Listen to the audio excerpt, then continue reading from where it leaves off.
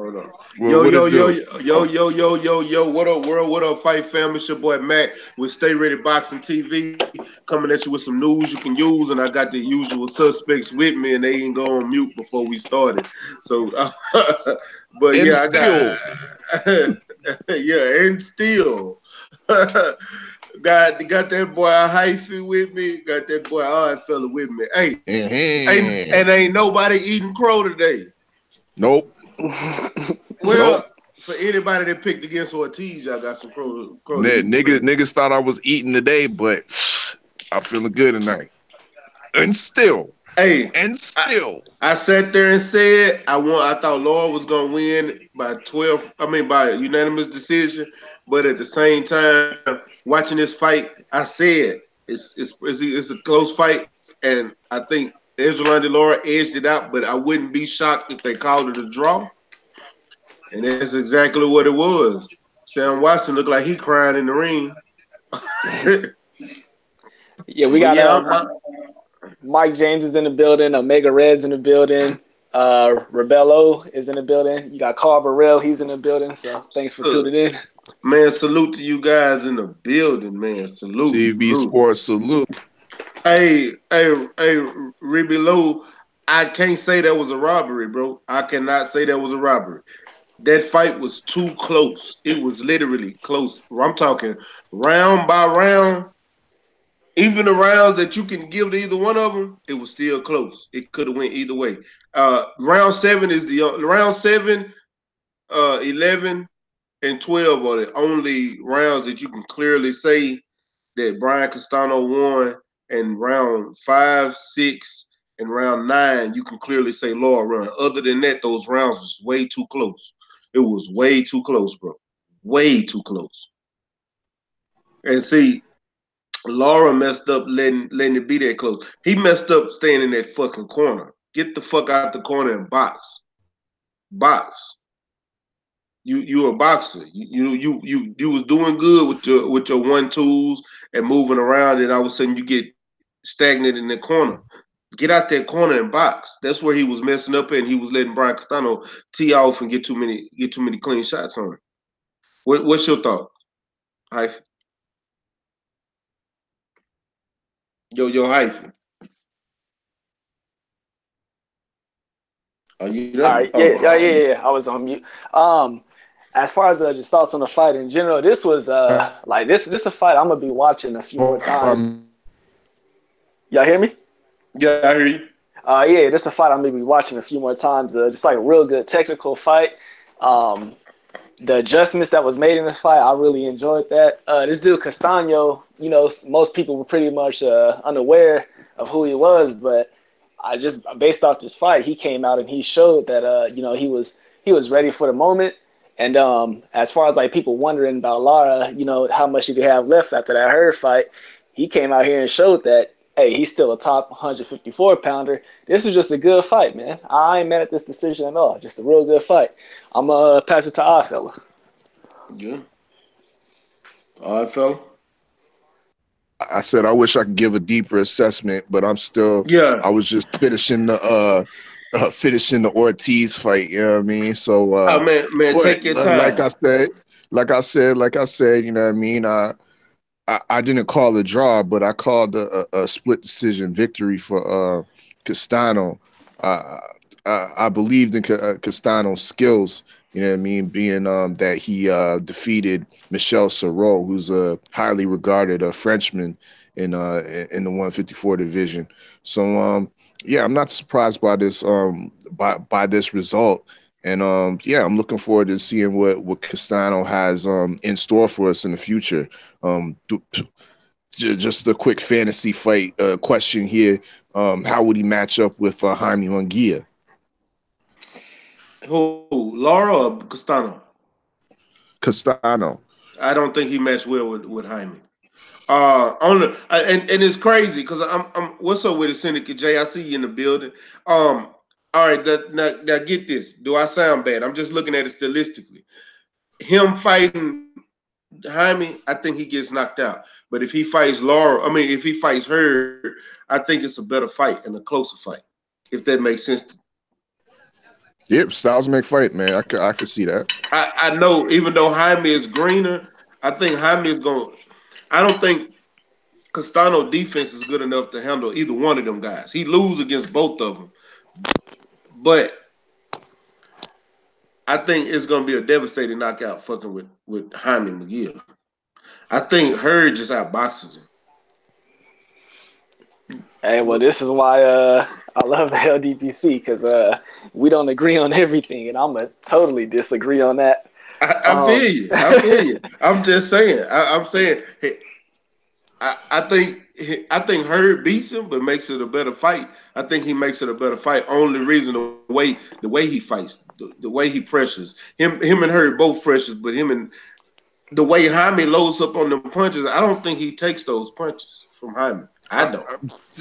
In my estimation, Jaime's punching power might be a little bit overrated. I don't know, bro. That's what I was gonna say. I hear people say that all the time, but I saw the punches in person, and I seen him rock that Asian. I ain't never seen that Asian cat rock. And I have seen that Asian cat fight, but I seen him rock that Asian where if it wasn't for the bell, he was fit to go down. Liam Smith got the only time he was knocked down was by a body blow from Canelo. A body blow. Jaime ain't no body puncher like that. He's learning how to do that now. We got Bonton, South D Town. He up in the building, and so is Big Faces Worldwide. They up Big in the Faces Worldwide. Salute, fam. Salute. I think Hurd is like a worse matchup for Castano because the size and the strength. I just think it's like a bad matchup for him. Jaime is just so green, and like Oddfellow was saying, that power is it ain't looking so good when you start stepping up and fighting real competition. And Castano is a much more technical fighter. And he proved to me that he could follow a game plan and execute it. So I think from a technical standpoint, I would probably pick Castano to beat Munguia right now if they matched up. Tell you the truth. Interesting. Very, very interesting. I don't know. But like I said, where does Lara go from here? Cool. Huh? Where does Lara go from here? Do we want the rematch? Is this good enough for? It's obviously a draw. Actually, it was good enough to have a rematch, but are they going to give it a rematch? I don't think so. But it was good enough for a rematch. And Seneca J even said Lara beat herself. Yeah. Big Face Worldwide said he thought Lara pulled it off. Salute, fam. Like I said, I thought Lara edged it out slightly. And I wasn't mad or surprised that it was a drop because I figured I said to myself by the 8th round, and I said this fight gonna fuck around and be a drop. Salute to my brother Kurt Sugar's in the building. Indeed. What's up with it, Kurt? What's going on? Stay ready. What's going on, fellas? What's going on? So I'm gonna ask you because I said, what did you think about the Lara fight, and were you mad at the decision? No, because that's Laura's fault, man. I'm gonna tell you something about Lara, man. I thought he won the night, but if he was smart, if his team was smart, see, Lara's the type of fighter that's always going to be in close decision because he's a boxer. He's a boxer, right? But when you're a boxer, my fault, Kurt. What's going on, real quick? Let me just ask y'all real quick. I'm gonna go in the chat and try to listen. You know what I mean? I got my hands full right now. I ain't mad at you. Yo, I ain't gonna front. This was a great birthday. I ain't even gonna cap. I ain't even done. Mac, we gotta talk later, bro. All right, man. I ain't gonna front. I fucked up, man, in a good way. Or who? It's your opinion. We'll talk about it. Salute to Alex Santos. Salute to Eric R. Let me just say, my fault, Big Buzzin', for cutting you off, man. I heard that Lara looked it bad. I heard that Ortiz looked it bad. Yo, my Cuban brothers, what the hell is going on? Well, look, when I leave and I'm having the time of my life on my birthday, Y'all motherfuckers is fucking up. But hold What's up? slow down, because Ortiz did not look bad. Like I told you in the message. Yo, bro, Yeah. all my dudes in my gym is texting me right They now. might They be texting telling you me right now. He didn't look bad, bro. He did not look bad. He just didn't get the knockout. That's it. He didn't get the somebody knockout. told me that he looked at bro, and I actually trust his opinion. Me and him spar all the time. My man Mike was like, yo, man, what's going on with your peoples today? I said, I don't know. Maybe it's because I'm at the strip club and I'm, paying the price for not watching my dudes. But Bro, uh, question. Kurt, did they look bad tonight? Did Ortiz look bad tonight? He didn't look bad, but he didn't look good. But I just think that okay, and I just I Kurt, I know. okay Kurt family. You know what I'm I saying? just I Kurt, just man, think I think, man, you might have to take that ancestry, man, because I think we really related, bro. that For real, man. that's Yeah, I what's up, mean, man. we gonna have to check that out because a lot of my family is in Jersey on my dad's side, so Right, we gonna right. have to check that out. But yeah, man, I just want to shout everybody out. Like I said, I appreciate all the birthday wishes. I gotta get back in this in the Hampton real quick. Yo, Mac, man, like I said, yo, we gotta talk, bro. All right. Hey, For I, real. I already know what Act It went did, down. and I'm I proud of had a him. good Hey, it went down tonight, man. Hyphy, all I'm gonna say is you called it right down the middle, man. I know what you did. I know what he did too. Yeah, and I'm glad he did it. Hey, but yeah, I ain't mad at you. I ain't mad at you. Sometimes you gotta do what you gotta do, bro. Hmm. Yeah, I couldn't help it, man. I ain't gonna front, man. All them splits and I Yeah, like hey, all that flexible she shit. listen to my channel, so be careful. Listen, man. Look, bro. All I'm gonna say is, champ, what's done is done. All I right, can't take it back. I'm gonna holler at you though. I'm gonna call you. I don't know between tonight and tomorrow. I'm gonna still be trying to listen in, man. all right, bro. All right, bro. Bet. Hey, yeah, Kurt, what's up with I want to hear that assessment on the fight though. Yeah, on the Erislandy Lara fight. Well, I'm gonna start with Lara. Lara, man, is the type of guy that's always going to be in close fight because he's a boxer and he's not a master boxer. See, when you're a master boxer, like a Mayweather, Pernell Whitaker, you can separate yourself from the competition. The judges see that, the fans see that. You know what I mean? So and so it's a different. Lara was never a master boxer, even though a lot of people say he was. He's not that hard to hit. When he got knocked down by Angulo, I said to myself, you know what I'm saying? He's not that hard to hit at all. And then a Canelo fight, that was his time to shine. He could win these fights easily if he was more aggressive. He allows his opponent to get momentum. You know, if he would have won one of the last two rounds, and I know the judges' scorecards can be wacky, and I had Lara win it, but I was not surprised by the decision. When Erislandy said that it's going to be a draw, I could see that too. So Lara has nobody to blame but himself, putting himself against the ropes. He's not aggressive. He do barely enough to either lose the round or win the round. So he's gonna have a couple of more draws and controversial decisions, whether he won or lost them, because it's his style, man. He's not in style. You can get away with being flashy. Ask Sugar Ray Leonard, who's the win the round by flurrying and being aggressive the last 20 or 10 seconds of a fight. See, he's not like that. He'll do barely enough to ward off his opponents. And you don't know which way to go. Should I give it to Lara 10-9 or should I give it to his opponent 10-9? I thought he beat Paul Williams, but they ain't trying to hit Lara like that, man. They not trying to give Lara nothing. He got because I see what the judge is seeing. The judge is seeing a talented guy who ain't trying to win, but ain't trying to lose either. That's the best assessment I can give on Laura. So he has nobody to blame but himself. And with Ortiz, I think he didn't look great. He didn't look good. He didn't look bad, but maybe this can sway some heavyweights to fight him.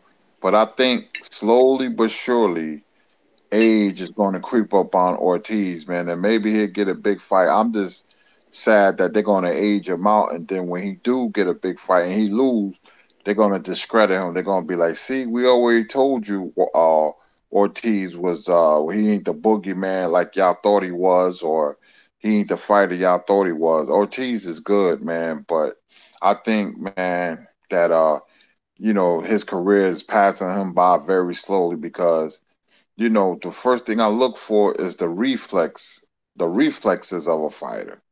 And I didn't see them same reflexes tonight. He still got enough in the tank to beat the Hammers and the other heavyweights, man. But now it gets closer and closer. The fights we thought he had won by landslide before Wilder, I'm not so sure. So, Yeah. because I think the lack of competition is hurting him, man. And I just hope when he get that big fight, he wins. Because if not, they're gonna try to destroy his legacy. Stay. Yeah, I feel the same way, man. Hey, my boy lost. My boy just lost. That Yeah, hurt. he just lost. God, how did he lose? Y'all tell me. Was it TKO or tap out or decision? Y'all let me know. Now I'm not mad at the person he lost to because the person he lost to is from Texas, he's from Dallas. But I'm a Tyrone Woodley fan. I Whoa, need to whoa, know. whoa, whoa. Willie just took an L? Yeah, he just lost. I, Wow. and Damn. you know what? I was gonna watch the UFC instead of boxing, but I said, you know what? No, I'm gonna watch the fight. I'm gonna watch the Well, fight. salute that Nigerian brother.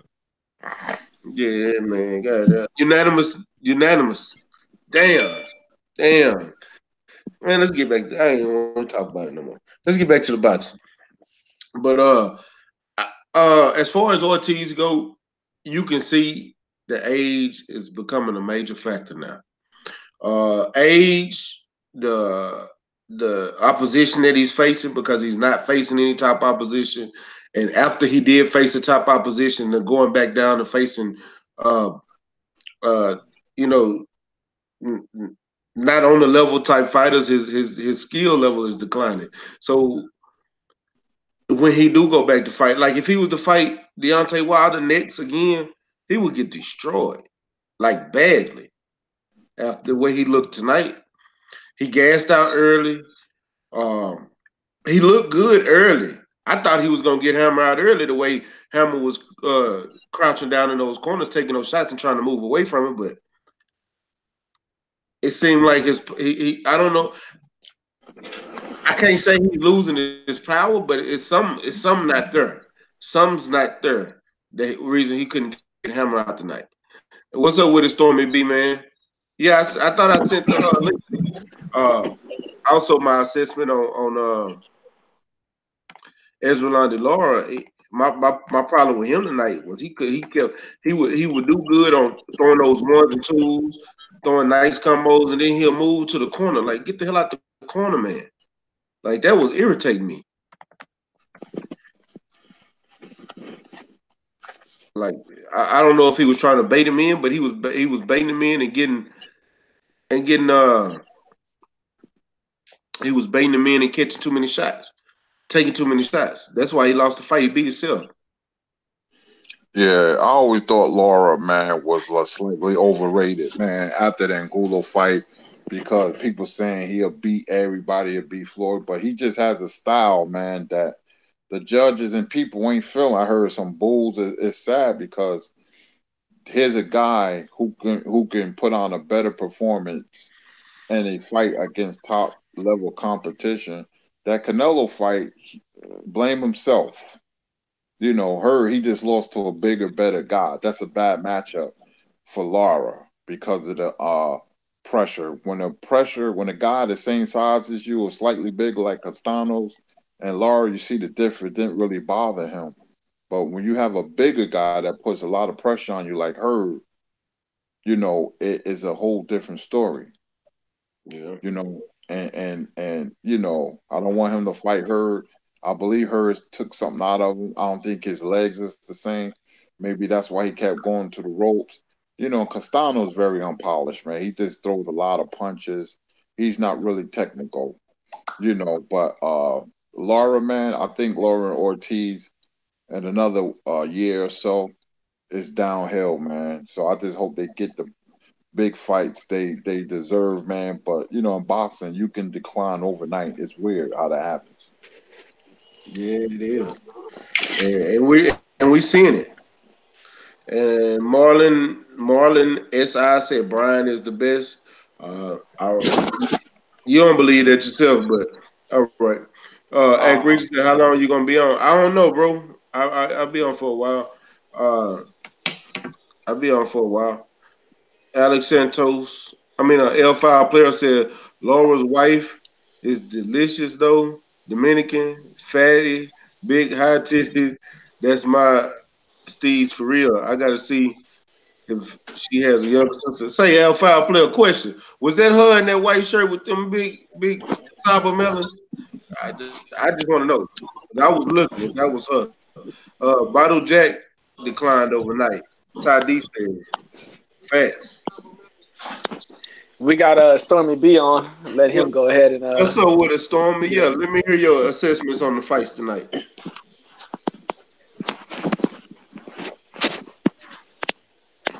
Hey, brothers, how you guys doing this evening? Man, Hey, Stormy B, man, what's up? I just finished doing a couple of post-fight videos on today's matches here. Man, where do I start? If you want to start with the Ortiz fight, I did not like what I saw from Ortiz tonight. I was listening to KC call the fight, and I just watched the fight with my volume off, and I was running a few seconds behind him, so it was kind of interesting because he was calling some things before I could see him in actual time. But I kind of got the impression that Ortiz he troubled me because he was doing some very good things, but the things that he was doing, he was not consistent with. And then he looked shaky. He looked like his timing wasn't there. And I attribute that to, he's an older guy and they haven't been honest about what his age actually is. But I was worried about maybe is he starting to slip, or is it the results of the fight with Wilder being knocked out, or is it a combination of both? I was just kind of concerned because early in the fight, he had proven that he could hit this guy to the body, and the guy was not responding to it very well, and he wasn't going to the body. He was jabbing to the head. He was trying to punch in the head. He punched around to the side of the rib cage, but he wasn't going to that breadbasket where he had initially, when he first landed a good shot there, the guy folded up like a card table. So I was like, what's really going on? And then Hammer was strong enough to catch him with something in the middle part of the fight that just kind of discouraged him a little bit from going in to get the work done on the inside that he needed to do. So I just didn't like what I saw tonight from Ortiz. In the Lara fight, I felt that Castano, he was very busy. He was very active. It looked like he ran into that wall where he needed to get his second win in the middle, late portion of the fight. And then in the last couple of rounds, he was able to pick it up a little bit more.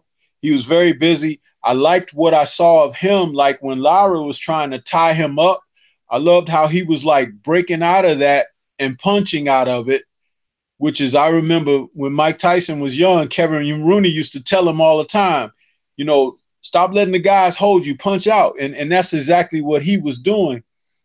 But Lara fought a decent fight. But as I said in my video, I don't like these 12 rounds where it's easy to give these garbage splits, and draws, because somebody deserves to win the fight. And I think if they go back to 15 rounds, that could knock that out of the park.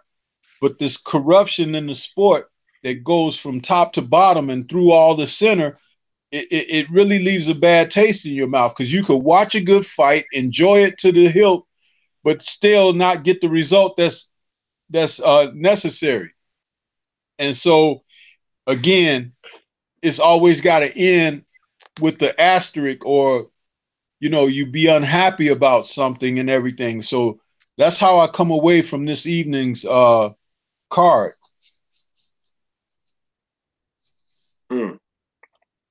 So I got a question for everybody on the panel. We talked about Lara, talked about Ortiz, but we didn't talk about the best fight on that card. Ramirez and the Gracias. That was a hard-ass fight. At first, it started out slow, but the Gracias would get in there, and Ramirez started stealing some rounds from him and then ended up getting the stoppage.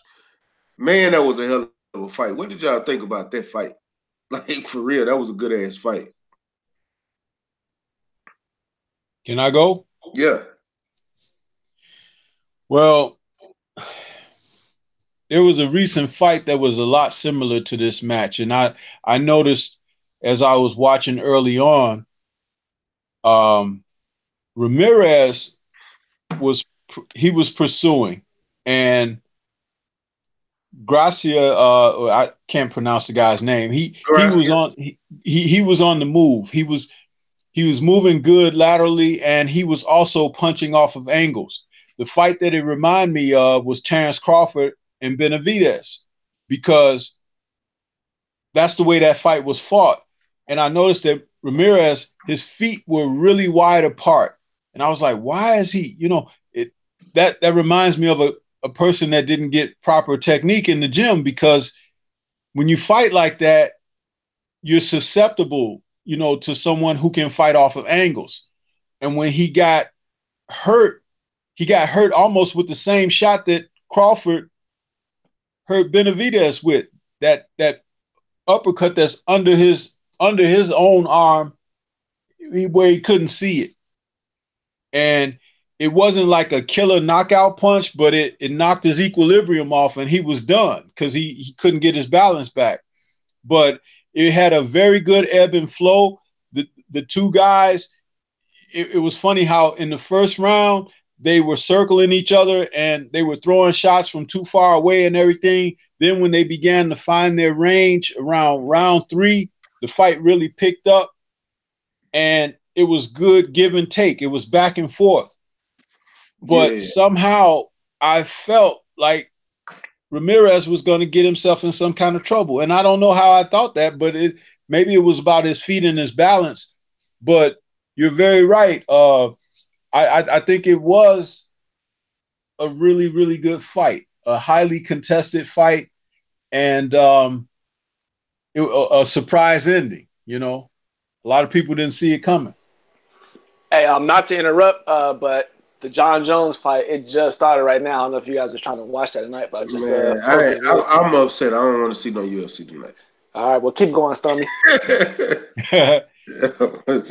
No, I just thought that that fight was very interesting, because when you have a fight that has ebb and flow, where one guy is given and the other guy is given, it becomes a thing. Like now it gets down to who makes a mistake, and that's what you saw. The finality of that fight was contingent on who made the mistake. Yeah. And the other guy capitalized. But see the difference in that fight, because I get what you're saying. The way Ramirez stopped the Gracias was fighting like he was Terrence Crawford, and Ramirez was fighting like Benavidez, because Ramirez was staying plant. He was moving forward. He was cutting the ring off. Gracias was doing great head movement. I'm not gonna lie, his head movement was good. But see, that's why I mentioned that. That's why I mentioned the Benavidez Crawford fight, because it was like almost a repeat, but it ended a little earlier. But it was reverse. Yeah, it was really. It was those two guys, even though they were smaller weights and everything, they were fighting at a high level. We see so many things where we see slugfests and this and that, and you think that's a great fight. But I bet if you go back and watch that fight again, you can really appreciate what you were seeing, because they were like at the same level. They were right there. Like I said, the ebb and flow, each guy's giving or whatever. And then it became a point of who's going to make a mistake. And that happened. And then the other guy capitalized. Yeah, that's basically what happened in that fight. And it was crazy because the way he caught him, it wasn't like it was a clean shot when he caught him and knocked him out balance, and he just attacked. Once he caught him, he just got in there, attacked, and he got tired. I didn't think the ref was gonna call it at first, because to be honest with you, if the ref wouldn't have called that fight, I think Gracias could have came back in the next round and been all right. Because I've seen some fighters take some shots like that, because it wasn't no powerful shots he was really hitting them with. Yeah, his balance got knocked off. Yeah, that's it. And see, that's the thing. When your balance, when you lose your equilibrium, sometimes it could come back to you right away, and then sometimes you need a little bit, like the bell saving him going to sit down or whatever. He could have got up and come back out for another round and been fine. But because he was under the situation, he couldn't get his feet under him and everything. It was a good stoppage based on that, if you understand being, having your equilibrium knocked off and being concussed or whatever. But outside looking in, he did have his hands up. He was trying to block and everything, but he couldn't get his balance, and the ref saved him. So it's like, on one hand, you can't get mad. On the other hand, if he's your fighter, you would like him to have a chance to finish, which is understandable. Yeah. What's your thought on it, Kurt? Well, I notice fighters from certain places, when they're not defensive responsible, so you can set them up, and Ramirez set up De Gracia with an uppercut. That was like a Ricardo Finita Lopez punch. He knocked out a lot of people with that punch. The great El Finito Lopez. He was leaning. De Gracia had his head down, and Ramirez caught him, And I kept saying to myself, man, why he leaving his body extended like that? And he's going to get caught with an uppercut. He can get caught with a uppercut on the inside. I didn't expect it to come from the outside, but Ramirez was patient, man. It was a good fight, and De Gracia's he made a mistake on defense. You can't be overly aggressive against a fighter who knows what they're doing. It could be anybody, because all it takes is one punch, and you're not the same, and that's what happened. Hey, when you got hit with the uppercut, that was it. I 100% agree with you, bro. I 100% agree with you. Yeah, one punch can change an entire fight, and it did tonight on that particular fight. Hey, Hernandez, we said he won, but the judges didn't cheat him. He cheated himself. He wasn't robbed. But Hyphy, what you think about that first fight? I pass it to our fella. Let him go.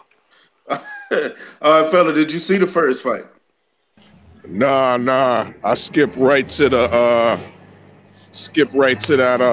Christian Hammer Ortiz fight. I have to run that back. I didn't get to see it yet. Did you finish watching it though? Which, the Ortiz fight? Yeah. Yeah. I finished watching the Ortiz fight. So what's your thoughts? My thoughts is that he looks human right now. You know what I mean? He looks like Uncle Ortiz, like I've been calling him.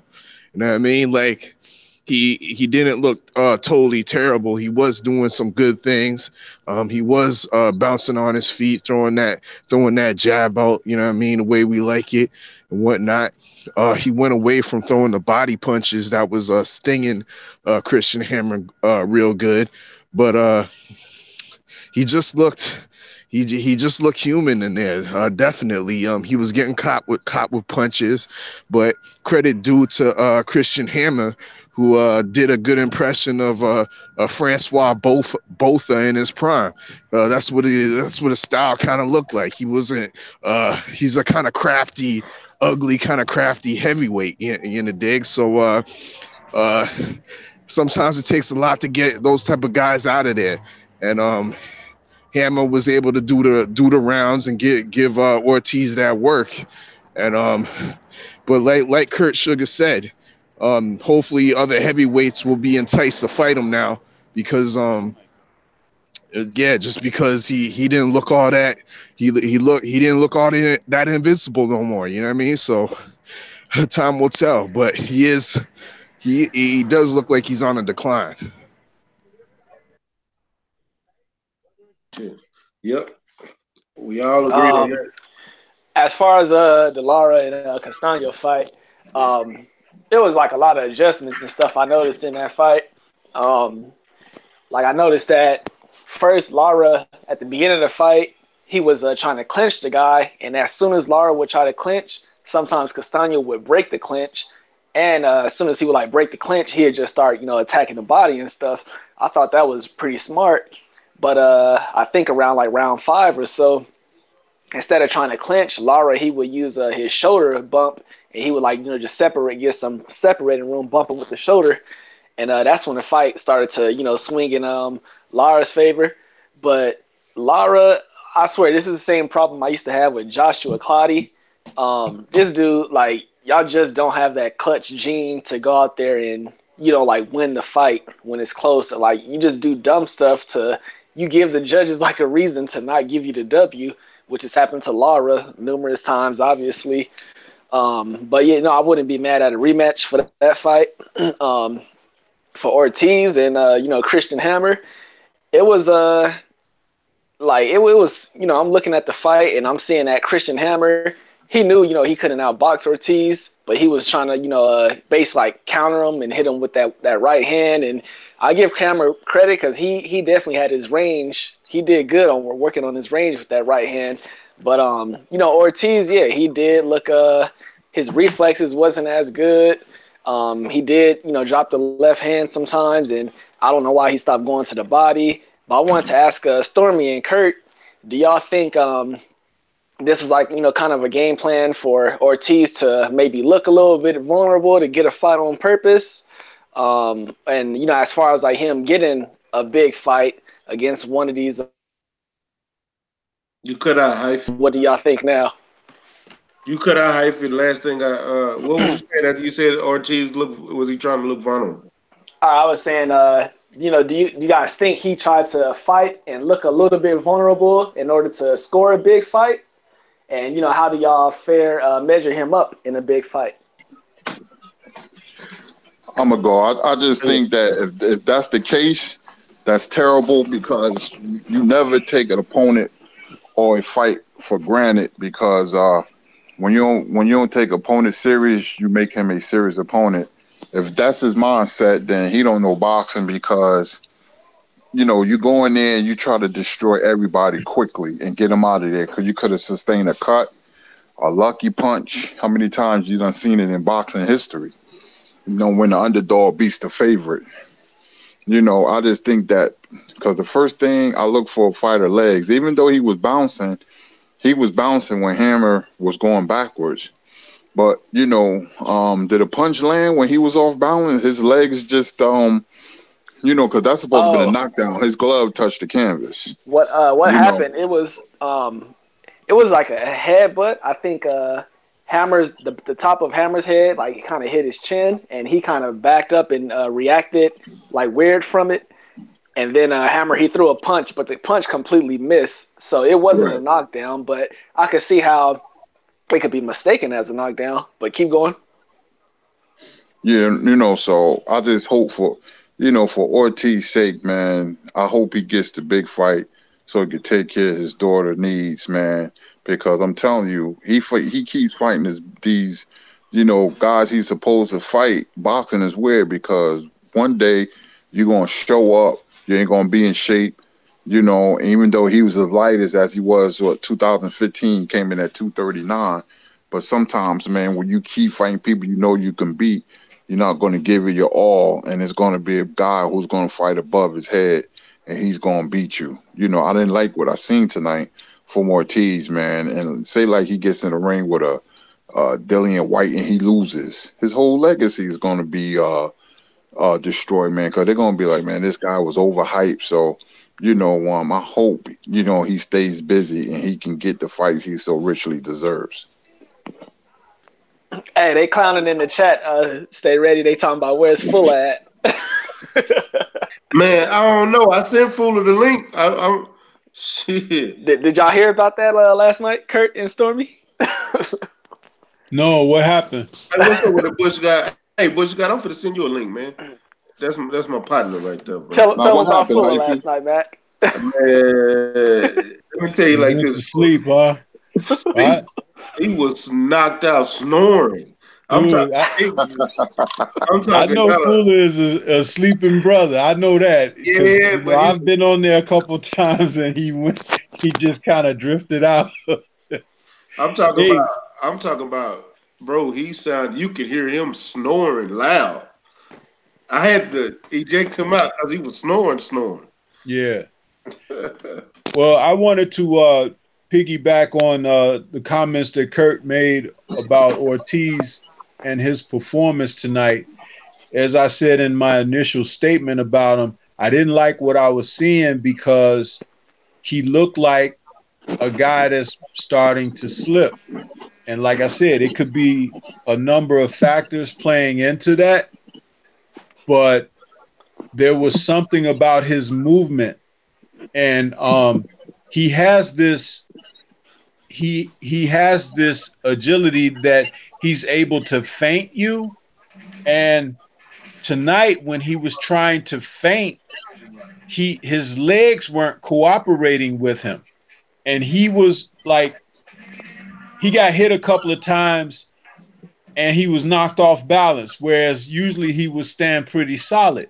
And like I said, I don't know if that's a result of what happened in the Wilder fight, because the man he was fighting was strong, or if it's something else, but it just didn't look right. And if you're a fight trainer and you're looking at your fighter and he looks like what Ortiz looked like tonight, you definitely need to take a closer look at things and make a definitive assessment, because if it has anything to do with decline, he's going to have to make a decision on who he's fighting next or whatever and begin to put himself in a position to cash out. I wouldn't be surprised if Joshua's people said, oh, we see something, and try to go after him. I don't think they're courageous enough to do that, but if he had some smart handlers, this might be a lead into something like that, because I saw it. I think Kurt saw it too. And it's something that just was not there before. Hey, shout out to Mark Wunderlich and St. Cruising in the building. Go ahead, Mac. Salute to them. Hey, Bush, my boy Bush guy that jumped on the channel. What's up with it, Bush guy? On, man, appreciate it, bro. Man. A long time no see you, man. You ain't been making no videos and that, man. What's going on? Hey, man, I've been doing this class, but I'm done next week. I'm done with it. I'm gonna get back on everything, and yeah, I'm excited to get back in. But yeah, man, Ortiz, I don't know if he's gaming them or like what's going on with him, but he looked. I seen the decline. He's showing his age a little bit. I don't know if he's doing this to get the fights, or I don't know what he's doing. But if this version of Ortiz is fighting Wilder in a rematch, I'm not worried at all. Like at all. No worries. That's easy work for Wilder.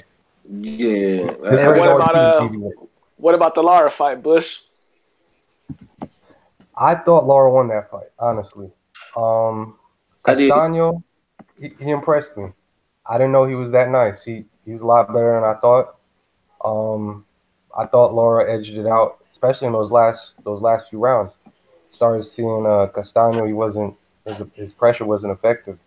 I saw him backing up. I saw you could tell with the Paulie Malignaggi, although I don't like him, I like his term of the ring real estate. I thought Lara had better control of that in the second half of the fight.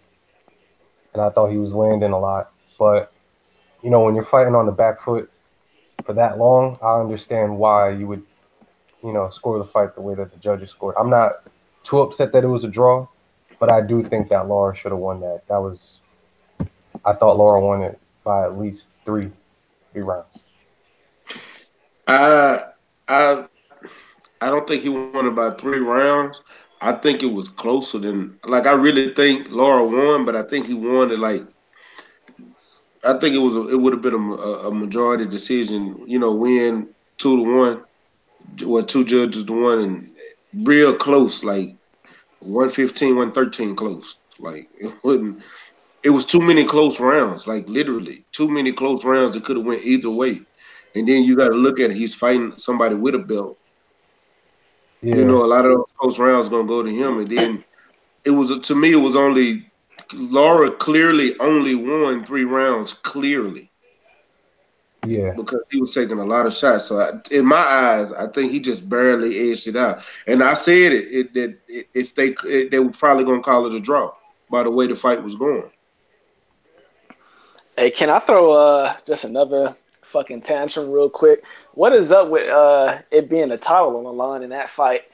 I mean, like where did this title come from, and why is it like another title on the line? This seemed like some more of that network, you know, contractual fulfillment stuff where you got to have a certain amount of, you know, championship fights per year. Like why is this dude, you know, a Castano with a title, and why is this like another title fight? Yeah, I just hate this shit. He had the regular title. That's all. That's it. It was just a regular title. That title, that title didn't even really mean nothing, but it was still a title. Yeah, a lot of these belts are just like, like 78 be saying, man, it is like if you pull the belt out the cereal box, man. Like these belts be, I don't understand some of them, but I guess it's what they got. It's what the networks got to do to sell the fight. But I want to see Castano in more fights. I want to see him in some more fights. I like him. Yeah, I do. More fights. Kurt, is this? Do you think that Ortiz fight? Do you think it was a possibility because of, you know, the opponent that he was faced with? Like he couldn't get up for the fight as much as he should have. That might have been the case, man. You know, that might have been the case, and that's what I was saying before. Where you keep fighting low-level guys, you win on talent, but you know you start to decline. Number two, you just have that fight where the guy you fighting, you know he's not good, but he fights over his head. You know that one night he's better than he's ever been before, and I don't want Ortiz to run into that guy, man. You know, to be honest with you. You know, that can happen. I done seen it a million times, man. You know, hey, McDougal got to feed his family, and at the end of the day, it's a business. You know, he has a daughter to look after. I just want him to get these big fights, man, and it's not happening. So, excuse me. I don't know, man. I just, you know, age setting in. Age, I mean, not age. Age setting in. And him fighting these guys like Christian Hammer, man. You know, who he gonna fight next, man? Some other bum or whatever. And then he wound up getting the cut or getting caught, you know, with a punch he didn't see, or straight right hand down the pipe or whatever. You know, so I'm just worried about that, man. Ortiz, man. I want him to at least, you know, shine, man. At least, you know, have a big fight, man, for real. But he shouldn't fight Wilder in the rematch. He should not go that way. We got D-Lo in the building, Rod X, and King Palmer just joined us too. What's up, y'all? With Mr. King Palmer, D-Lo 404, Rod X. Todd, he said he scored the fight 8-4 in Lara. Rod X said I picked Castano, but I think Lara got robbed. Mr. King Palmer, what's up, LDBC? Ortiz look real slow. He's getting too old. Yeah, man. Yeah, he's getting too old. I just thought of another thing. With Lara, you know, being that he's not knocking people out, all of his fights are going 12 rounds. Stormy, like, how does that, you know, take effect on a fighter after, you know, him being like in his 30s and stuff, having 12-round fights every fight?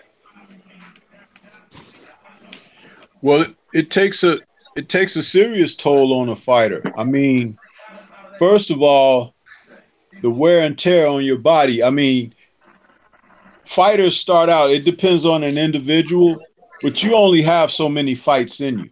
You know, you really do.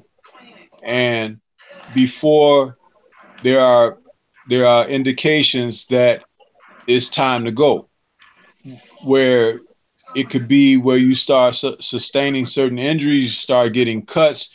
You might even start feeling a certain way after a match where you just don't feel steady, things like that. There are a number of things that fighters experience, but he's had some rough fights in a row, and he's now what we consider of advanced age in the sport. You're talking about 35 years old or older.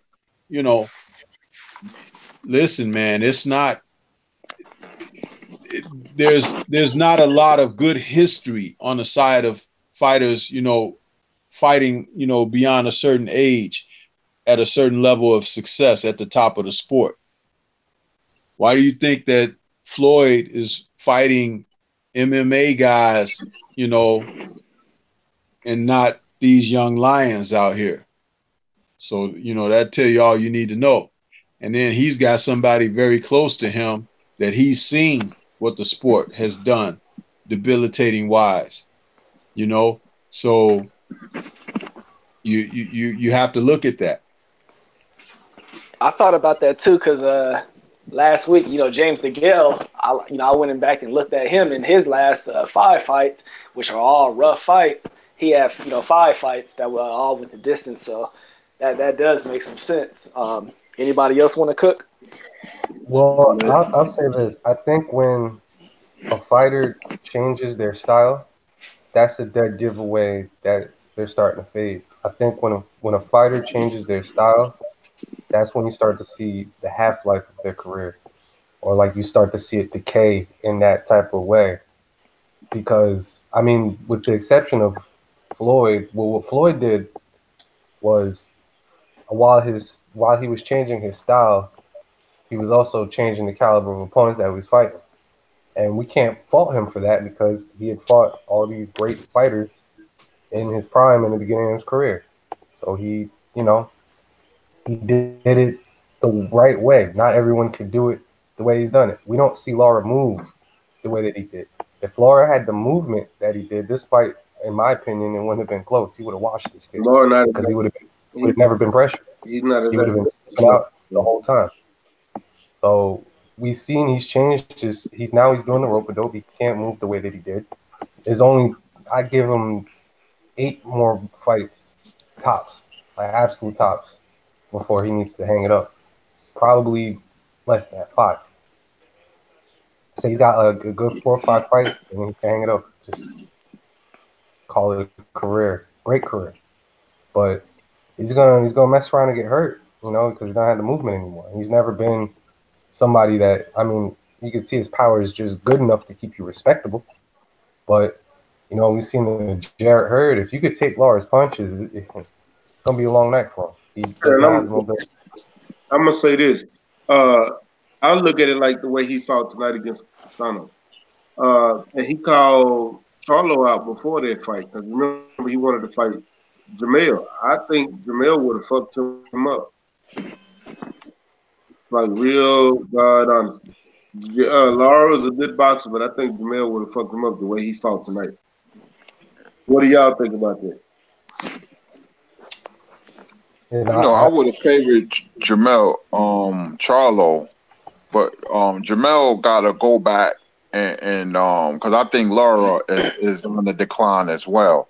He's getting away because he's a seasoned, experienced fighter that's been in with some good fighters, and sometimes that can carry you against a guy who's not that good or a guy who don't know what he's doing. You know, you're gonna like run on fumes for a little while until you run into the right fighter. The thing about Charlo, man, that, you know, everything is a bomb. He loads up, you know, and I know there's a change in him. He used to box when he beat early in the middle of his career, but when he started to load up on everything. He knocked out Erickson Lubin and Charles Hatley, man. You know, it just seems to me and on who else? John David no, Julian Jackson's son. He was getting outboxed that fight, but he wound up knocking him out because of his chin. He got a rematch against Harrison. And he better box, man, because don't load up on everything. You know, because he has the physical ability, you know, to do that. Let the knockout come by itself. Yeah, man, Jamel, I mean, to basically describe that nigga style, he like that nigga who, you know, it's time for him to get busy with the woman and, you know, she trying to do all the foreplay and shit. This nigga, he just want to bust a nut and that's it. He don't got no patience in the ring. Yeah, because even with Wilder too, man, when you got power like that, because Jamel can box and punch. Wilder's a heavyweight who got concussive power. If you can hide your power punches or your power punch, you know what I mean, then you can be almost unbeatable. You know, Tommy Hearns was the master at hiding his punch, man. You know, and that's why he got so many brilliant knockouts. He was knocking out everybody from welterweight to cruiserweight because he added a left hook to the body. You know, and that's if Jamel just boxes fluidly, stop loading up, then he'll be close to unbeatable, man. You know, because he has the rhythmic and perpetual motion of a certain fighter that can box. Let the power come second hand. You don't get the knockout, so what? Wilder always takes a little stutter step before he throws his right hand. So Fury, even though he got knocked down twice and stuff like that, you know, Wilder can make fights easier for him by doing that.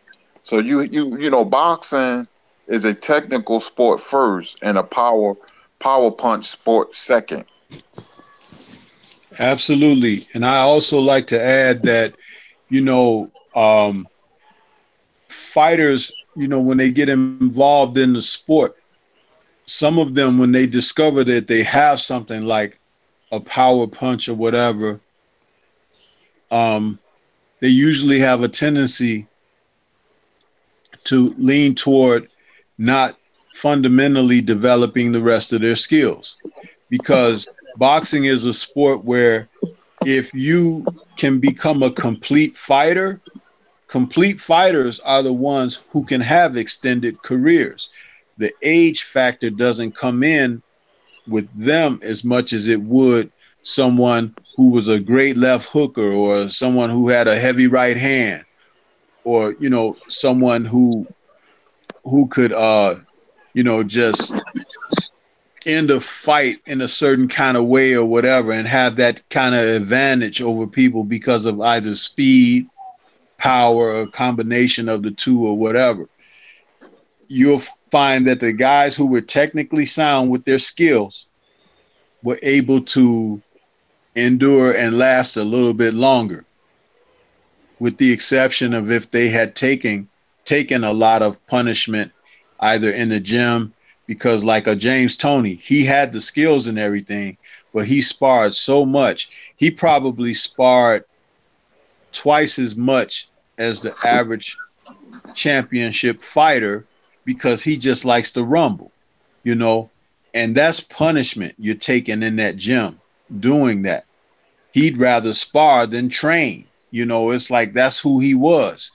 But you hear how he's talking now, right? It's like, and that's no disrespect to him, but the man, you know, he didn't take a whole bunch of punishment in the matches you saw him fight, but you don't know about the gym wars he's had. That guy was sparring the Klitschko's and stuff like that in the gym. I mean, come on. That stuff will take its toll on you. But a complete fighter with a complete arsenal of skills and tools, they can extend their careers. Emmanuel Stewart helped extend Lennox Lewis's career as a heavyweight contender and champion because Lennox was a very shallow fighter. He could hit you with a big right hand, and that's all he had. By the time Emmanuel finished with him, he was able to keep himself safe in the ring. He was able to do certain things. And also, technically, he was able to control fighters that fought against him by doing subtle things. and being 6'5" helps. But all of that factors in. But when you have a complete set of tools, you can make it work for you. Yeah. Where I feel at? I fella jumped off. I think I fella didn't get to watch the whole fight, so that was he jumped off. I think he probably watching that fight. I'm gonna read some of these comments. You got Mark Wonderlick in the building. What's up with it, Mark Wonderlick? And no, Easter didn't fight no Lara. Hell no. Hey, that nigga smoking wet. Whoever said that. That was Mark Wonderlick. He said that Easter fight Lara. There you go, Mark hitting the dip. Oh man. Hey, Alex Santos said George Foreman and Bernard were able to switch their styles up at a mature age. Yeah. George Foreman took some years off too, and came back with a different style. So I don't know if that was maybe Bernard, but I can't agree on the George part. D'Lo 404, Easter and Lara are like 4 weight classes apart. Alex Santos said Mark Wonderlick, Robert Easter. Mark Wonderlick said, yeah. D'Lo 404, Lara is what? Who is he? Chris Carrasco, salute to you. Appreciate you for joining the chat. He said, man, Lara lost just like he did against Canelo. Yeah, man, you blind as fuck. But cause he didn't. What y'all think about that? Just that comment alone. Before I read the rest. Well, like I said earlier, it's Lara's fault. It's his style. A lot of people don't like Lara in the boxing world that we don't know about, man. A lot of people don't like him, man. Like a judges. Seriously, he's up against it. He's up against it because his style. Like I said, people feel he don't extend himself. People feel that instead of the win, he fight not to lose. That it's a big difference in boxing, man. He has the talent to be more aggressive, but he doesn't want to. So that's why against Paul Williams, everybody know he beat Paul Williams. But they gave it, to Williams. They would rather see Williams than Lara. Canelo and Lara. I thought Lara won the fight. They gave it to Canelo. So he, Hurd. And I'm gonna tell you something. They said Hurd needed a knockdown to win that fight. And I'm gonna tell you something. If he didn't knock Lara down because of boxing politics, and I know how they think, they still would have found a way to give it to Hurd because they love Hurd. They love Hurd. They love the way he fights. Yeah. They don't like Lara. And just tonight, nobody know who Castano is. I mean, we know we hardcore boxing fans, but nobody know who the hell Castano is, man. And they gave him another draw. They sending him a message. I'm telling you. They don't. When he fought Terrell Gusha, I fell asleep on that fight. It's one thing not having an exciting style. It's another thing having an unexciting style and an unexciting personality. Plus, he can't speak English. That has a lot to do with it. They don't want the Laras and the Rigondeaux in boxing, man. Seriously, they don't. Why do you think Rigondeaux got treated the way he did? You thought he was gonna be a star when he beat Donaire. It went the other way. Everybody ducked him, man. Listen, it's a business, and I want to get paid. I'm gonna fight my heart out, man. But at the end of the day, I'm going to sit back in my mansion and my pool. Throwing tennis balls to my German Shepherds or my dogs like Apollo Creed and watch TV. Seriously, man, because you feel a certain way when you don't get the riches you so richly deserve, man. So, that's the story of Erislandy Lara, man. You want to know another reason? At least this is my personal opinion. I think the judges don't like Lara. He forces them to do their job. It's hard judging this fight. You got to pay attention to everything, like everything. Like you can't slack off watching him. And it's like his style is not that appealing or that entertaining. So it's like I can understand he makes them do their job. He's got talent. Like, but I understand why they want him to lose. He's does not have an appealing style, which is why good luck, Tyson Fury and ESPN. Good luck. Yeah.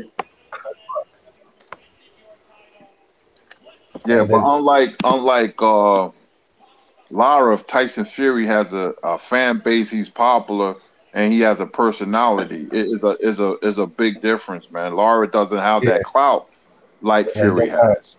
he definitely is lacking in the personality and fan base. Tyson Fury does a great job with that. And Style, then Tyson Fury don't have a great style, but Tyson Fury, the way he fights, he can actually bring in a fan base, people to look at him because he's a big 6'9" slick boxer. and showboats too. Yeah, he does a lot of showboating. So he is eye pleasing. He's not gonna give you those knockouts, but he's eye pleasing to the fans. He's gonna bring in money, so he can win fights that way. Hey, you seen Act hop back on? Yeah, I see. I Fury has that gift for gab too. He's a charismatic guy, and the sport really needs personalities. So he'll always, as long as they can keep him out the drug house or whatever, he'll always have an opportunity based on that alone. Yeah, because how you think he got that deal? You know, he got that deal. He come back and fight two tomato cans, man. What's that? Panelist and Safiri, and then he gets the Wilder fight. You know, and nobody thought he was looked that good. He looked better than I thought he would look because I picked Wilder to knock him out. He surprised me. So on that alone, he got his money. He got his bag. You know, so with him showboating and being, a clown or whatever, helped him get that deal. Plus the complexion for the protection too. But that's why he got that bag. Yeah, no, he got the bag based off of the showboating, but I mean, I don't know. I just know how finicky these casuals are, man. They want to see knockouts. Like they want to see heads roll, man. I mean, Deontay Wilder kind of set a high standard, and Anthony Joshua too with these knockouts. Like you know what I'm saying? It's like people want to see heads roll. That's why so many people went to the UFC. You know, I think one day UFC is gonna get they're gonna get real talented and it's gonna clean up. It's not, but people still want to see that blood. Hey, speaking of UFC, yeah, John Jones, he won that fight. Like he blew that nigga out. That shit wasn't even close. Yeah, I knew that was. I didn't want to. See I wanted to see my boy Tyrone Woodley win, but he lost. So we not gonna talk about UFC. Hey. Well, I'm gonna throw. Oh, go ahead. Nah, just man, son, man, yo. I take one little break. I ain't gonna. I had the time of my life. I can't sit here and cap. I really had no break. I really had a good time. Nah.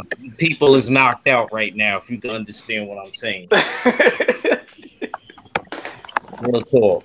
I ain't cap either. Like I ain't gonna. I had a great time, man. Like you know what I mean. Shout out to my cousins.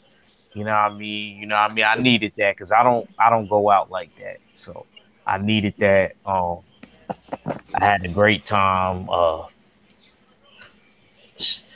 Shout out to the sugar daddy. You know what I mean? I ain't gonna front that. That club is lit. Kurt, that would have been the type of drink you would have been able to go to when you was younger. Yeah. Trust me, baby. You would have enjoyed yourself, big cousin. Where's the club at? It's in the city. It's in Manhattan. Oh, okay. Sugar daddy. Okay. Man. Oh, you out here in the East Coast too? Let me keep it real. It's a strip club. I figured. He said I figured. You said I figured. Yeah, basically. Yeah, I like how you said it. Yeah, there you go. Shout out to the girls in there, man. They was fine as hell. Oh man.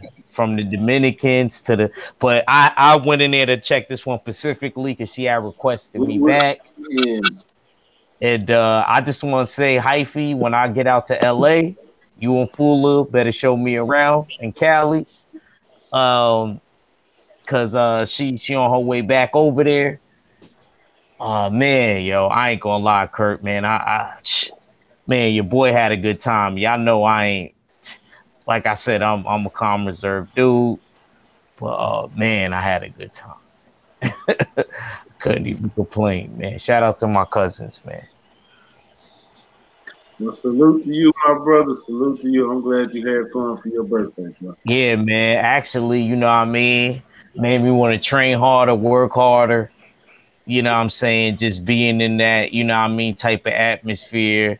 You know what I mean? Because like I said, I don't go out. I don't really go to parties and stuff like that. So, you know, that it was good. I needed that actually. You know what I mean? Because I'm so cooped up. But it was just crazy how, like I said, everything worked out perfectly because I sent my girl off with some money because her grandma's birthday was yesterday. So she had to go to Rhode Island and she took some time off over there. So yeah, so you had, so you had a perfect getaway, yeah, bro. I hear that. Yeah. I forgot her grandma's birthday was the day after mine. I forgot that. So you did your thing, sugar daddy. Oh man, did I? Kurt, look, man. That wasn't even the end of it, man. Shout out to the Hampton, man. Caught that deal, man. Okay, I feel you on that. I understand loud and clear. You don't gotta say nothing else because you don't know who listening to the live. Oh yeah, but I ain't worried. I'm everything. I'm speaking facts. So right. Yeah, well, speaking facts will get you factually. Look, man, what's done is done. I can't take it back. Hey, I can take it back. I pick up some more at you to have tonight. Yeah. How many I ain't even gonna sit here and lie. I drunk like every bottle of Moet. All right, that's how I know. Yeah. I had every yo. When I tell you my cousins it was my cousins from Queens out there. All my cousins from Harlem was out there. Man, shit. Mostly from Queens though. All my cousins from 40 Projects was there. Like, I ain't gonna lie, we was gooned out, man. We was out there like really flexing the night. Man, yo, I had a good time. And the crazy thing about it is I was in a Crip area and I was wearing all red. Oh man. You wild tonight. They said, yo, you ain't touching my cousin. And shout out to Robinson and Mark Blake. They up in the building. Yeah, salute to Robinson in the building. He say Lara won himself. Actually, my cousins from Patterson was even there. I'm sorry. I said the same thing too. To Burnside Avenue in the building. Mark Alex Blake in the building. Big J 954 say I'm done with Lara. My cousin's from 185th, man, over there on Main Street, in Patterson, Kurt. Yeah. Oh, Main Street. Yeah. Down the hill, we call it. Yeah. I know them. I know them niggas, man. And plus, I live there, and plus 40th. Oh, you lived on houses, man. I lived there too, so I know you was with some real thoroughbreds tonight last night. Yeah. Oh yeah. So it was like my cousin. It was crazy because it was like my cousins from my mom's side, and my I didn't realize. You know what, Kurt? I never realized how much love I really got. Like, you know what I mean? Like I brought all my cousins together on both sides. You know what I mean? So I gotta stop looking at it as people don't love me or don't care about me. I gotta admit, I was wrong. Because I had my cousins on my mom's side and my dad's side. My cousins from Jersey. You know what I mean? My dad's side is really in Jersey. Hey, look, when you can bring that many people together, that means that they have a certain type of respect for you and that they don't have for the average person. And I'm one of the youngest. They respect what you do. You're a fighter. You know what I mean? You probably cool with everybody, get along with everybody. So they showed you love by hook you up on your birthday. Yeah, man. Like one of my cousins in there, he knew all of the girls in there. My cousin from Harlem. He from where he Crip. He from 125th over there by the Apollo. So he Oh, chilled okay. with a lot of Dave East boys. Hey, hold on real quick. Mark Blake say anyone been to Girl Collection? Real talk, just like Hyphy said. Fuck Girl Collection. If you ain't been to Vegas, and man, it costs Cost Yo, I to $65. get heard that in. Costs $65 just to walk. cranberry juice in there is like $40. Yeah, it costs 65 just to walk in the door. That's not even including on big event nights. It costs $65 on a regular night to walk in the Girl Collection. Girl Collection. What is that noise? Yeah, word. That ain't me, Hey, right? hey, Ack. Yeah, I Hyphy, said, but you crazy. I You said all crazy. your, I said all your family showed you love, but somebody else showed you a little bit of extra love tonight. Bro, I'm not even gonna lie. Look, We're not man, gonna speak on that I know tonight. I'm wrong for this, man. Y'all making me We're not incriminate gonna speak myself. on I'm it. a little drunk, but We're not shoot, gonna speak on I'm it. in love with that damn girl. Hey, we finna go on mute. I'm in love with that damn. Shoot, Preach. my fault, bro, man. Good I had night, to Ack. I know you want to talk about it, but not on the channel. Good I'm night, Ack. sorry, man. So, Have a good time, bro. I don't be going out, Mac. You I gotta know you understand, don't, dude. but I can't let you do yourself like that. I still love my boo, but I know damn, you yo, do. I know. damn that Oh, man, Mexican. that boo might, Don't try to somebody bro. might get back to you, boo. Oh Hey, man, Ack said he feel like going to work out right now. for real, bro. I ain't gonna even lie to you, bro. And the crazy thing is, before I even went out, bro, I was on the heavy bag. I do 12 minutes, 5 rounds. 12 times 5 is 60. So I'll be on there for like 60 minutes, bro. It's just dogging it out, man. Like I ain't Hey gonna front, man, man. I don't even get tired no more. I'm not even gonna sit here and lie. I don't hey, even. you deserve to enjoy your life, bro. You're in the prime of your life, man. You deserve it, bro. Real As talk. somebody a lot older, man, I forgot I think I know your age. I don't know you want me to say it. Nah, you can say it. Oh, 28? Yeah, All right, I guess right. You're in the prime of your damn life, man. So out enjoy, bro. and still do what I did. Cool. You're in the prime, bro. Enjoy that life, man. Real talk, man. So I'm glad when I like hearing about other people having fun, man. Yo, Kurt, I Because really did, man. It was good to that's see, good. like I said, my family on especially what I've been through, 2018. Yeah. Yeah. I went through a lot, man. Like lost a lot of people, man. My mom, her twin sister, and then my uncle, who was my trainer. Like, you know what I mean? Actually, you know what I mean? I kinda thought about him because all my people's in Jersey. You know what I mean? When they came there, I always think about my uncle, man. You know what I mean? So, you know what I mean? I know he would have been happy that I was having a good time. And you know what I mean? Shout out to all my peoples too, LD. If y'all get this back to Black Fight fans, shoot, it ain't gonna take much to have me wear the LDBC patch. You know what I mean? Whenever y'all ready, I was gonna stitch it on there my damn self, so he ain't even got to worry about a patch. That's Shit, what my super chat was to him yesterday about you. yeah, I know. And I gotta shout you out, yo. I like that you I like that you know what I mean, being more vocal and active. You know what I respect about you, Hyphy, man. I could tell you from the West Coast because I go for you rock with who you rock with. I go for it. They may take it as a gang culture. I'm not saying that it's a gang. They may take it that way because you from the West Coast and that's just how you are. So you can't Listen, help it. I fucks with Hyphy. Hyphy is one of the few that's been rocking with me since the beginning. And I fucks with Hyphy. Yeah, I fuck with Hyphy too, heavy, man. Kurt, you, Yeah, Kurt. uh, 03, hey, all the boys, man. My fault, Bush God. I don't think we too familiar with each other, but I like that Deontay Wilder's picture, so you know what I mean. That's good. Me and shout out to my brother Stormy B, man. He even wished me a happy birthday. You know, he said, "Stay doing you." You know what I mean? And don't worry, Stormy B. I ain't one of them dudes that do it all the time. But you know, it was my birthday weekend, so you know what I mean. I had a good time. You know what I mean? So, To be honest with you, I forgot. I know I had when me and Bush started fucking around. I had only 10 followers, and I started my page, and we was chopping it up on Instagram all the time. But he was following me on one of my first 10 followers on YouTube. And he was already over 1,000. That is facts, man. Yeah. Way back from Instagram. Yeah, I remember that, man.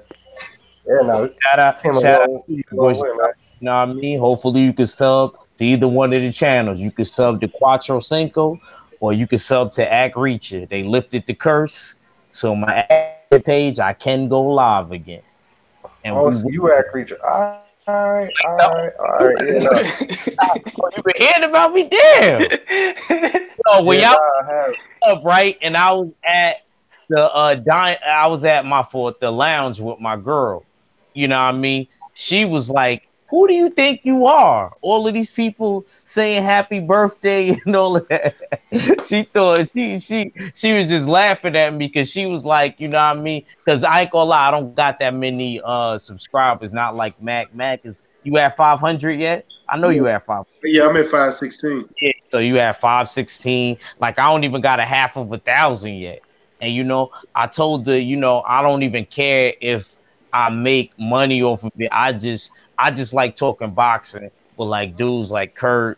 I like and Stormy B and Mac. You know what I mean? Me and Mac is really tight. You know what I mean? And I like Hyphy. Hyphy, he always used to be in the chats. Now I like seeing Hyphy. He's just hopping on panels and stuff, and I like that.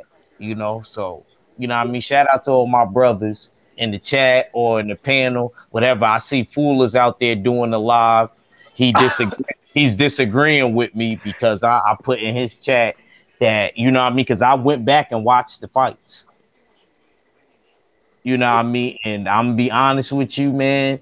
See, man, me just not watching my Cuban brothers, man. It was bad luck for them. Because I don't think that they looked at the greatest that they looked, that I seen them look in the past, in my personal opinion. So we could go back to the boxing. And I'm trying to tell Fuller, you were saying that he'll beat Mel Charlo. After that performance, you really think he'll beat Mel Charlo? Nah, he's getting older. Oh, yeah, Hyphy, you was one of the people to keep it real, Hyphy. Do you think that he'll beat Mel Charlo after that? Hey, honestly, I still don't know because look how Jermell has been fighting pretty garbage too. Be honest with you, Mel didn't look like he slowed down or anything. Keep it real. Keep it real, Hyphy. I love you to death. Ain't gonna change how I feel about you. We gonna disagree. But yeah, you know, it's definitely still a time. But I feel like after what I saw, I'm not gonna front, man. Lara can't beat no Mel Charlo. Yeah, I mean, I ain't gonna front. That was a judge decision as far as on the judge's behalf. You know what I mean? I feel like Mel Charlo show up like that. You know what I mean? Mel probably would even stop Lara. Lara had a little lump on his eye. I was kind of mad. I was very upset. I wasn't pleased with Lara, man. This was my birthday weekend. I expected them dudes to show. You know, they owed me that because of my heritage. I ain't gonna lie, they didn't look, man. And as far as Louis King Kong Ortiz, like I said, I went back and watched the fights. We done brought the girls back home and all of that. You know what I'm saying? So, you know what I mean? I'm in tune right now. Look, man, I'm gonna keep it real, man. Luis Ortiz, he better not go fight Wilder again. He better not. He better not. Man. Hey, I'm over here looking at Fuller chat. He got nothing but Cubans in his chat. All them niggas over there raging. I like that. I like that. Oh. I like that. I didn't know he was live. Yeah, he lost. He should have came in here. Oh, I'm mad at him taking that route. I'm not mad at him. because he know what would have happened. He would have came over here. We would have gave him the real. Hey, they over there cursing out boxing politics and corruption. Yeah. I can't see. I don't like getting in all of that, man. I just like talking about boxing. I'm old fashioned. I'm like Kurt, man. Let me just talk about my boxing, man, and I'm alright, man. For real. But yo, man, you think there'll be another crop of Cubans like the ones we see now, like Ortiz, Rigondeaux, and Lara? Or I didn't even think Bartholomew's brother looked good. Yeah, Bartholomew looked all right. It seemed like he was just outclassing him just off of the strength. Yeah, he was outclassing, but I don't think that he looked it. I don't know, man. Maybe I'm just a tough critic, man. My girl was saying that too. It was like, yo, you just be. I don't know, man. I don't know, man. Damn, man. I'm kind of disappointed, man. It was my birthday weekend, and like I said, brother, I was just expecting a lot more. And you know what I mean? I didn't get that birthday present. Maybe Earl will give me that. Earl's birthday's tomorrow. So maybe in a couple weeks, Earl will give me, you know what I mean, what I was supposed to be getting this weekend. There's high expectations for Earl. I think he'll live up to him though.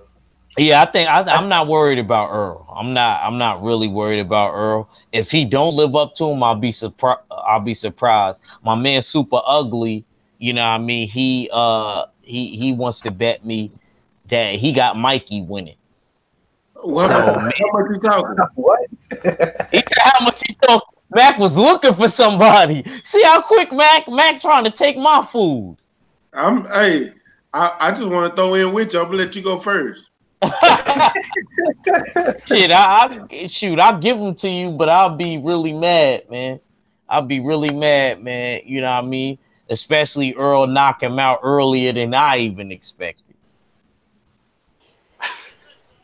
Hey, this nigga act when he got done. That nigga stood up and started singing Teddy Pendergrass. Looks like another love TKO. You ain't lying. Nah, you know why he gassed? He gassed because I lost to him in the bet with the fucking Elita Alvarez. Excuse my language. The Elita Alvarez and Sergey fight, but Sergey didn't look good doing it. Stormy B, you there? Did Sergey look good to you doing it? Yeah, I'm here, man. Did he look good doing it? Or am I don't think so. Huh? I don't think he looked good. Okay, all right. I was just making sure, sir. Let me ask another OG if you don't mind, Mac. Kurt, Cuzzo, are you there? Yeah, it was Did good. Sergey look good to you doing it? No, nah. I'm just he's one good punch going. You know, he's one good punch getting knocked out again. It's not like he looked good. It's just like Alvarez looked real bad, like he was partying. He didn't prepare himself at all. That's exactly what he looked like. That's exactly what Elite Alvarez looked like. He looked like he was partying. That's why Canelo want to fight him. And I'm not even going to sit here and lie to you, man. I would favor Canelo in that fight because Canelo walk around 185 anyway. I don't care how much he walk around it. I'm not. It's still gonna be hard for me to pick Canelo in that fight. That's a body puncher versus a dude who cannot take it to the body at all. That's what I'm trying to say. That's what I'm trying to say. I see Canelo actually stopping him with a devastating. But actually, to me, Canelo hits harder to the body than the head. Yeah, I can see that. Because you got certain, you know what I mean? It's like my uncle used to tell me. You got certain that punch harder to the head, and then you got certain that punch harder to the body. You know what I mean? And then you got certain dudes that's even that can punch you harder in the head or the body. I think Earl Spencer's one of them rare dudes that can hurt you to the head or body. Look what Chris Van Heerden. Watch that Chris Van Heerden fight. You hear every single punch. You hear every single punch. And Mac, I got me another pair of MX Everlast sparring gloves. Can't wait. You ready to hurt somebody? Oh man, I told you, man, you're gonna feel all the pain I was feeling in 2018. On God, and them is. And if in case y'all don't know in the chat, the reason why I always bring up them MX Everlast gloves is because those are one of the few gloves that are made by genuine horsehair. Most of the other gloves that are made by cowhide. And remember what I tell y'all, it's the littlest details. Sometimes that's the most important. And those little details will be important. Yeah.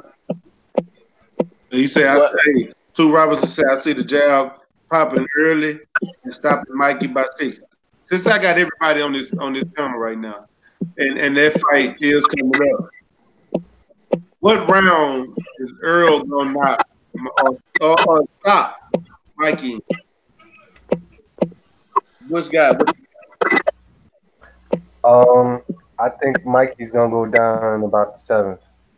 I think he's gonna impress us in the first 3 rounds. There's even gonna be people that be like, oh man, he might pull this off. You know, for like the first 3 rounds, but that body assault is gonna add up, and either Robert Garcia is gonna throw in that towel by the 6th, or it's gonna be man down by the 7th. But I do not see this thing going past 8. Everybody in the chat, put the round at the fight going to end in. Y'all just type the number. Yeah, I just type the number. Hyphy, you got a page yet? No, I'm not doing no page and all that. You ain't doing no channel? Nah, I'm not. And if I did, it definitely wouldn't be boxing related. Now hearing you talk, you know what I mean? I feel like you got you charismatic. You know what I'm saying? Like, maybe you should think about that. What about you, Bush God? I mean, I'll put it this way, right? I technically have a channel. I haven't been on in a minute. I started doing not boxing related stuff. So like, if you look at my channel, it's like, oh, you got like 1,300 something subscribers. It's like, yeah, but that ain't from boxing videos. So like, oh, what videos? What do you do? I initially was doing stuff about health and the conscious community. You sound like it. You sound like you're involved in that. You sound like a nutritionist. Yeah, and I'm heavy with that. But when YouTube did the purge, it was over, man. He said when YouTube did the purge. Yeah, it was over, man. I used to have a monetized channel. I did. I used to make a little $100-$200 every month. It was cool, but they cut my shit. They did the purge. And I kind of just like, I hop on and do lives just for the fun of it. You know what I'm saying? Like, I don't even care if my channel gets monetized again. But I had stopped because I was doing this class, but I'm about to get right back in next week. I'm back in. I know that's a question Kurt get asked a lot, though. Everybody be wanting Kurt to start doing videos and all that shit. I'm just like real busy, man. You know, but I'll be on World Burger. He on there, but I ain't messing with UFC like that. I think he talking about UFC. That ain't really my thing, man. You know, I shit. got that, man. Damn, yo, why is girl calling me? We hear your phone ringing too. Yeah. Don't answer. See what she wants. She trying to get some more of your round 2. Yeah, round 2. Want some wood, you know. Hey, Stormy. Yes. So, I mean, now that we had another fight at 154, what you think about that division? As far as you got some, some fighters at the top, and to me, no one fighter has really, declared himself like the man who could beat everybody yet. So, I mean, how you feel about the division? I think that it's still wide open, and until these cats stop circling each other and start to dance with one another, it's gonna be like that for a minute. If the fans ain't clamoring for it, if they're not turning up the heat on them, it's not gonna happen. I have a very, very cynical outlook on the sport and where it's heading, man, for a number of reasons.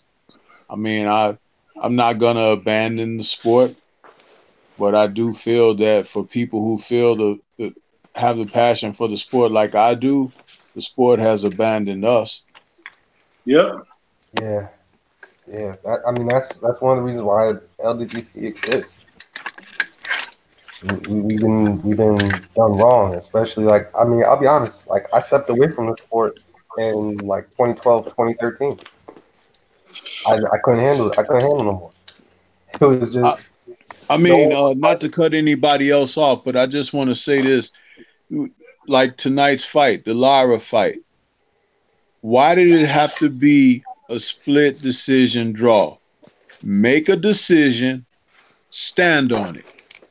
You know, it's like you got 3 judges. Why did one go left, one go right, and one go through the middle? That seems too devised to me. It seems too calculated, too planned. I mean, you couldn't have 2 people that saw it the same way and give a majority decision. But here, this is where the corruption is in the sport. They could get another fight out of this. They could delay another fight from happening. They could stick another person into the mix, you know, off of a decision like that. So it's like we get screwed over again. Yeah. If Lara won a majority decision or a unanimous decision, you would have had some people say the other guy should have won, or vice versa. But at least be definitive. Stop it with these stupid draws, man, and these split draws, and all. It's just so, man, it's so corrupt. It just makes me, I cringe. That's why it's like, okay, the ref should have waved the fight off when Tyson Fury went down in that 12th round. He was knocked out, man. Your guy gets up, and now it's a draw. I mean, come on. I'm sick of this, man. I'm just not reading the chat. Y'all funny. And I agree with you 100%, Stormy B. Like, but I ain't gonna front. That's crazy. Been called. Lubin had a crystal ball, man. He said it was gonna be a draw, and it damn sure was. Y'all crazy, man. Yeah, or if you want to follow me, 2 Robinson on the Quattro Single. Matter of fact, follow me on both, man. Follow your boy on both. Really and I'll go ahead. Yeah, go ahead. I'll add to that rant. Like I'm looking back, and I think over the last like 3 weeks, this is the best card we've had in like 3 weeks or so. Yeah, it's like, you know, we having the cards every weekend, and it's like, oh, not every week we can get like even one good fight. That's kind of crazy, also.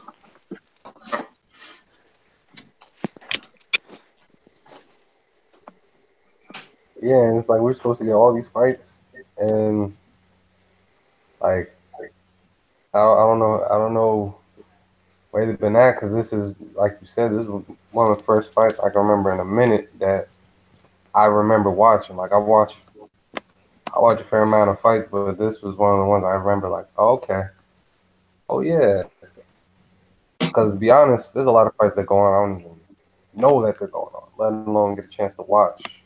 Like the last few Andre fights, didn't even know they were going on. Like, matter of fact, I'm glad you brought that up, Bush God. Kurt, you there? Yeah, Kurt. It was good. Yeah. Could you explain to people what a boxer having weak legs is like? Maybe you could pull it more eloquently than I can. I've been trying to explain this to Fuller. You know what I mean? I told Fuller I will argue with him to hell and back. You know what I'm saying? I'm being honest. Like, his legs don't look strong, man. Them legs don't look sturdy to me, man. He's a decent boxer. I think that he got a nice jab. He hasn't been looking all of that spectacular, bro. Like, which fight are you talking about? Demetrius Andre. Yeah, man. It's your legs. When you don't have a good solid foundation, it's like imagine yourself putting on boxing trunks and gloves, fighting somebody, and you got on roller skates and he don't. You know, you all over the place. You need, and boxing balance is a great technique that you need. you know, your balance, you know, and your legs is everything, man. You see a lot of shot fighters when the first thing they start to go is their legs. If you don't have your legs, man, that's like 70% or 80% of your foundation, man. You're gonna be off balance. You know, a punch that barely lands, you're gonna fall all over the place, man. You know, so you need your legs. I worried about that with Andrade, even though he looked a little better, but I don't know, man, because I'm hearing that Canelo's gonna fight him after Jacobs. That's what I'm hearing. I don't know how true it is. He'd be smart too. I actually could see Andre going down before Jacobs. I can see Andre hitting the canvas. I know y'all gonna be like, hey, what are y'all talking about? Listen, bro, I'm telling you, man. Haven't really stirred y'all dudes wrong, man. Being a fighter and being in that gym, you see certain stuff, bro. And Kurt is right, man. Kurt is right, bro. And me and him called it, man. We've been saying that man's legs look weak. Shoot, I think the same thing about homeboy, Comey. Comey's legs ain't look sturdy to me either. I look for everything. You're right, Ak. I look for everything, man. You know, temperament from a fighter, and like Andrade messed up his career when he beat Willie Nelson. Man, I said this dude was on his way because he was a very good long range boxer, but being inactive, that'll do it to you, man. And fighting bums, you know, you don't do that, man. And I'm gonna tell you something. I don't believe in moral victories, but I'm gonna take it back.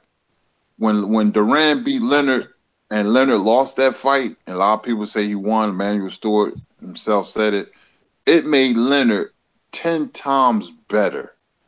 And if it wasn't for that first Duran fight, Leonard wouldn't have never beat Tommy Hearns in they epic fight in 1981. You know, so that was a moral victory. It was just a loss on his record, but that fight showed the world that Leonard was going to be special. You know, nobody wants to lose, man, but some fighters come back harder when they lose. You know, Bernard Hopkins lost his first fight. Juan Manuel Marquez lost his first fight. You know what I'm saying? Henry Armstrong lost his first fight. He got knocked out in 3 rounds. All 3 of them are in the Boxing Hall of Fame or will be. With ease. Great fighters, all 3 of them. You know, so a loss, you know, when you take your craft serious, man, you make yourself a better fighter. Having talent, that's just 25% of it. Physical skill. You got to have the temperament. You got to have the dedication. That's why Floyd went undefeated. That's why Sugar Ray Robinson is #1 of all time. That's why Muhammad Ali is the greatest heavyweight that ever lived. You know, because they took their craft seriously. Muhammad Ali didn't train hard, but see, he had the temperament. And that temperament don't come around. He's a once-in-a-lifetime fighter. You know, Andrade doesn't have that. So you know, he's fighting bums too. And then all of a sudden he's fighting Canelo. It don't match up. It don't match up. When Trinidad came back 2 years and he fought Ricardo Mayorga, all the Trinidad fans, I was like, I bet every last one of y'all, because he picked the wrong fighter. He picked Winky Wright.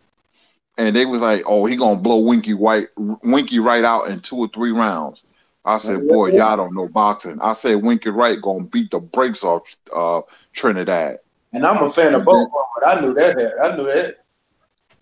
And then when it happened, I said, you know, y'all was looking for the Hopkins rematch, and Winky Wright he embarrassed Tito that night. And I told you, I said, you can't go from Ricardo Mayorga.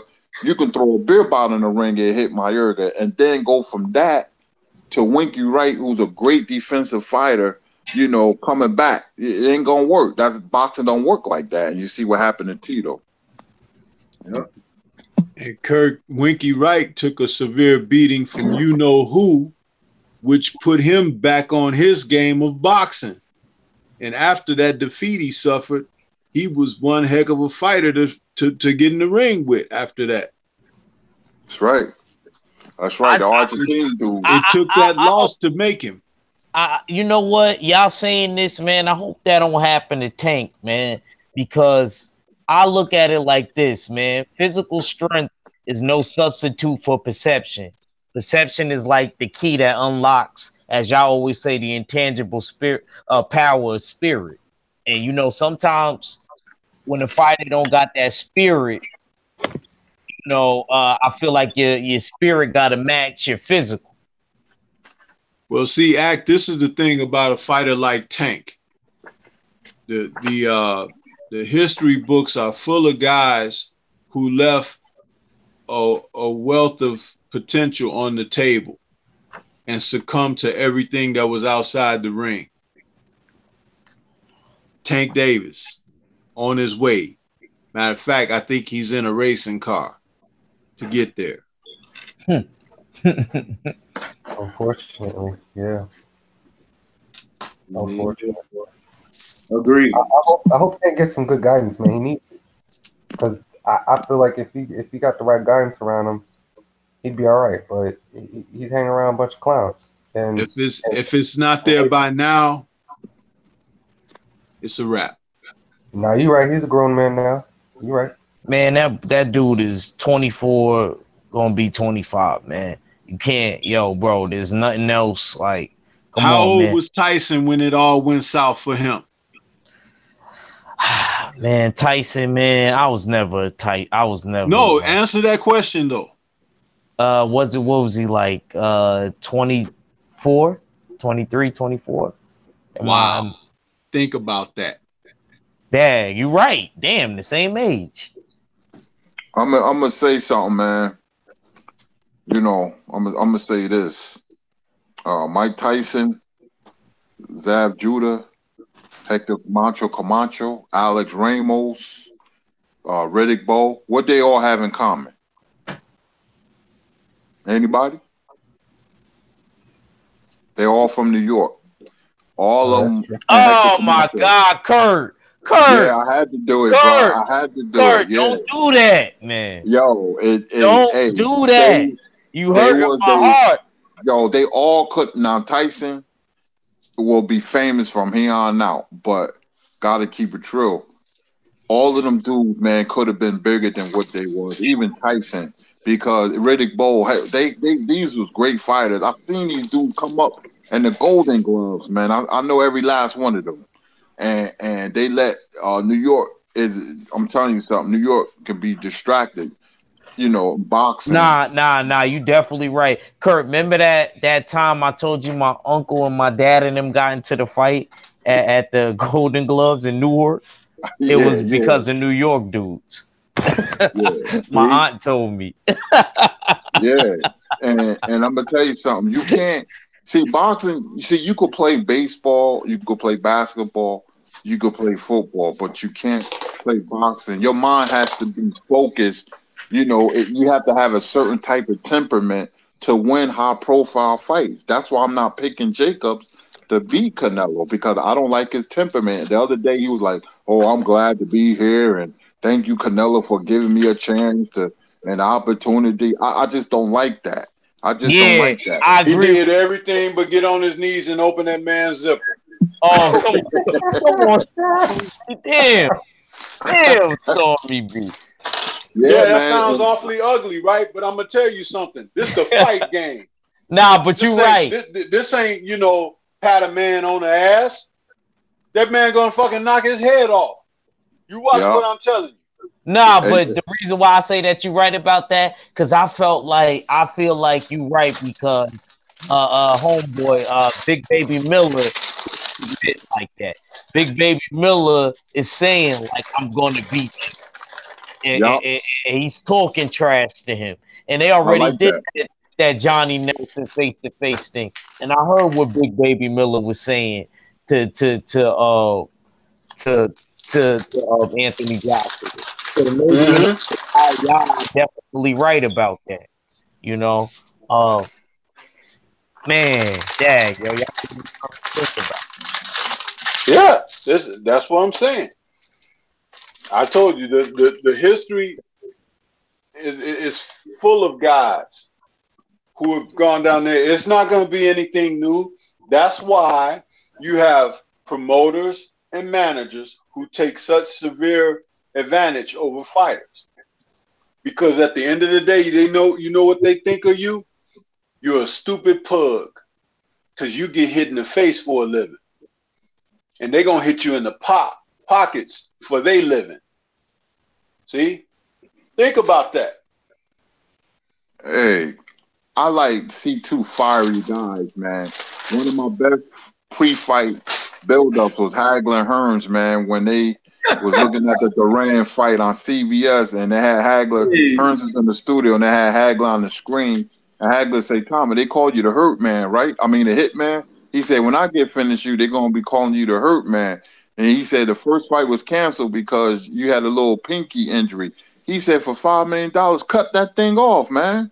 Cut that pinky off. That's why I love Hagler.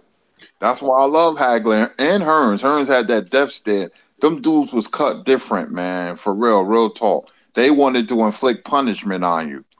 They wanted to send a message, man. These dudes ain't cut like that. That's why I want Tank to get his act together. Tank wanted to be a hip-hop star, man, and a celebrity first and second, then be a fighter third, man. You know, so I don't know if he can beat Lomachenko. He has the physical ability, but what happens if Lomachenko schools him for the first 2 or 3 rounds? You think Tank will quit just like everybody else? Do you think he'll get frustrated? Do we have the moxie and savvy to turn that fight around? I don't think so. I don't think Tank has that. We'll get that fight because I see somebody that's on Lomachenko before he even get a chance. And that fighter may be Teofimo.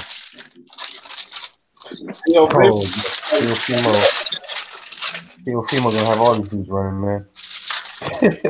What'd you say, Bush God? I ain't hear you. Teofimo gonna have all these guys running, man. He's gonna have all of them. I think him and Tank like each other because they was asking each other about each other's fights and the response. I could tell when certain dudes ain't feeling each other. You know what I mean? Oh yeah. So you know, and see when you fight somebody like a Canelo who's seasoned and who take his craft seriously. You know what I mean? People like Andrade and Jacobs, they have the physical capabilities beating Canelo, but it goes a lot deeper than that, man. Do they have the temperament? Do they have the ring IQ? You know, do they have the moxie, the savvy, the intestinal fortitude? Will they be cowed by the big lights, the high profile fight? You know, I mean, all that intangibles, man. They don't have those type of intangibles, and Canelo knows it. And I'll tell you this. Canelo is going after Jacobs, but why didn't he go after either one of the Charlos? Think about that. Shoot, listen, I ain't even going. And I think that fight with Matt Karlboff is going to only make Maul better. You know what I mean? Because if you pay attention to that, we have not heard really from the Charlo since then. Them boys been dogging it in the ring. I already know they have. I'm going to tell you like this. What did you say earlier, Kurt? That lost that Sugar Ray Leonard got did what? It made him a lot better fighter, man. He wouldn't have never beat Hearns if he ain't had that Duran fight.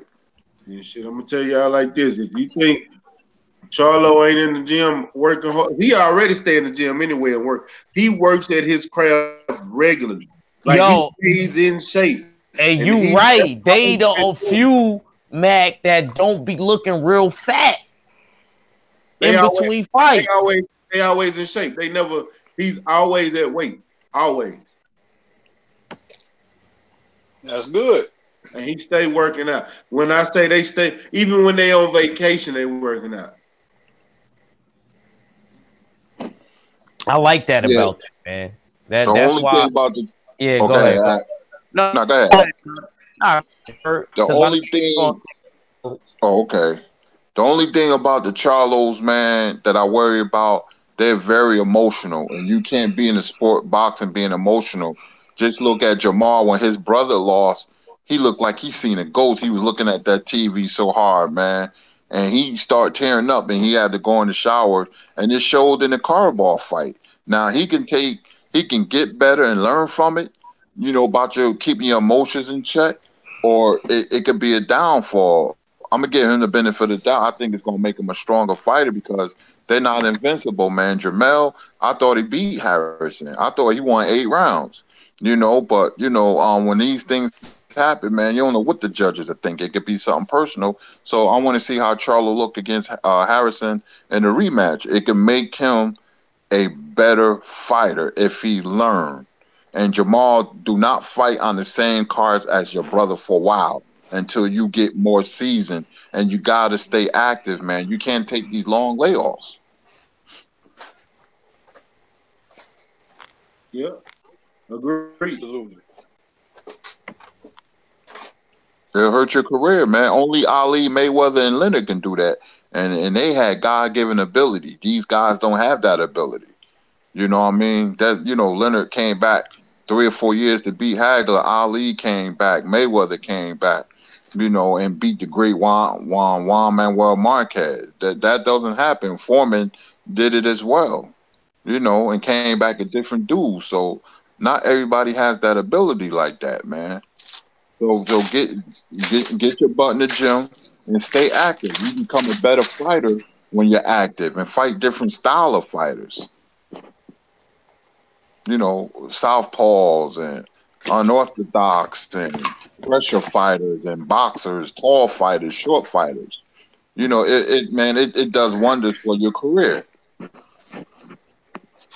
Yeah, that's Absolutely. what y'all was talking about earlier. When y'all was talking about like Andre being off for so long, and it kind of like upsets me because that dude is like really just talented and gifted naturally. He's probably like the best fighter as far as just like talent, but like when you just not fighting and that often and you just sitting around, like bro, you never had sharp. So with Andre, like the thing with his legs and stuff, because I noticed it too. That might be the situation. This dude just hasn't been fighting, and now he's getting back into like a rhythm of fighting again.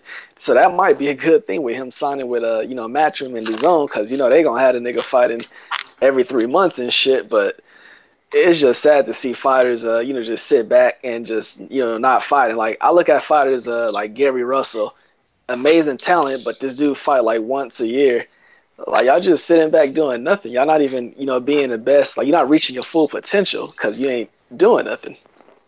Yeah, man, that's the hype. That shit's so sad, man. It reminds me of, I don't know if y'all know dudes around y'all area who was like back in school, they get straight A's, supposed to be going to all these big ass colleges and shit, and they just had waiting tables at the local restaurant because they were lazy, and everyone told them they were smart and they were this and they were that, and then just expected it to be handed to them. They want to work for it, because like everything came so easy to them. So they're like, oh, success, everything else gonna come easy. So they ain't reach the levels that they were supposed to. So it's like, damn, like Andre really could be the king of the middleweight division right now. He had the talent, but you want to fight people once a year. You want to fight big names. You want to play it safe. It's what happened. And I hope the same thing will happen to Tank, although I think we all kind of have a feeling that that's where it's going to go. He's like a far fight away from throwing it all away, man. He really is. I think it's them doing it to him. Yeah. What was y'all saying? Yeah, man, but them dudes they don't have that drive, man. You gotta have that dog, and you gotta have that drive, man. To want to be great. I didn't hear what y'all was saying. Whoa, I missed the last part. What was y'all saying? Y'all was talking about Tank. Yeah, like he just gotta straighten up mentally, man, because he'd be even a better fighter. I don't think that he's demanding enough. Like, I ain't gonna front. He could talk a lot on Twitter. That's what get me mad about Tank. I feel like you got to be more vocal with your career. I feel like he's just fine being guided with the way that he's being guided. And if he do got a problem with it, he's not being vocal enough. You so vocal on Twitter, bro. Like, you know what I mean? Like talk, bro. Say what you really want. I feel like if he was to really put the press on the starting 5, something would get done. I think that I can't fully blame Mayweather. You know what I mean? I'm gonna put the blame on both. You know what I mean? I feel like Tank got to be vocal because when Mayweather was in that type of situation, he bought himself out of the contract. You know, I feel like. Hey, but you got to make money to buy yourself out of the contract. If they not letting him fight, he can't buy himself out of the contract. Like I said, man, I feel like partially of that is Tank, man. I feel like he's not being vocal enough. He's so vocal on Twitter. This is a man that I heard had only $200 in the bank, and Al Heyman wired him a certain amount of bread.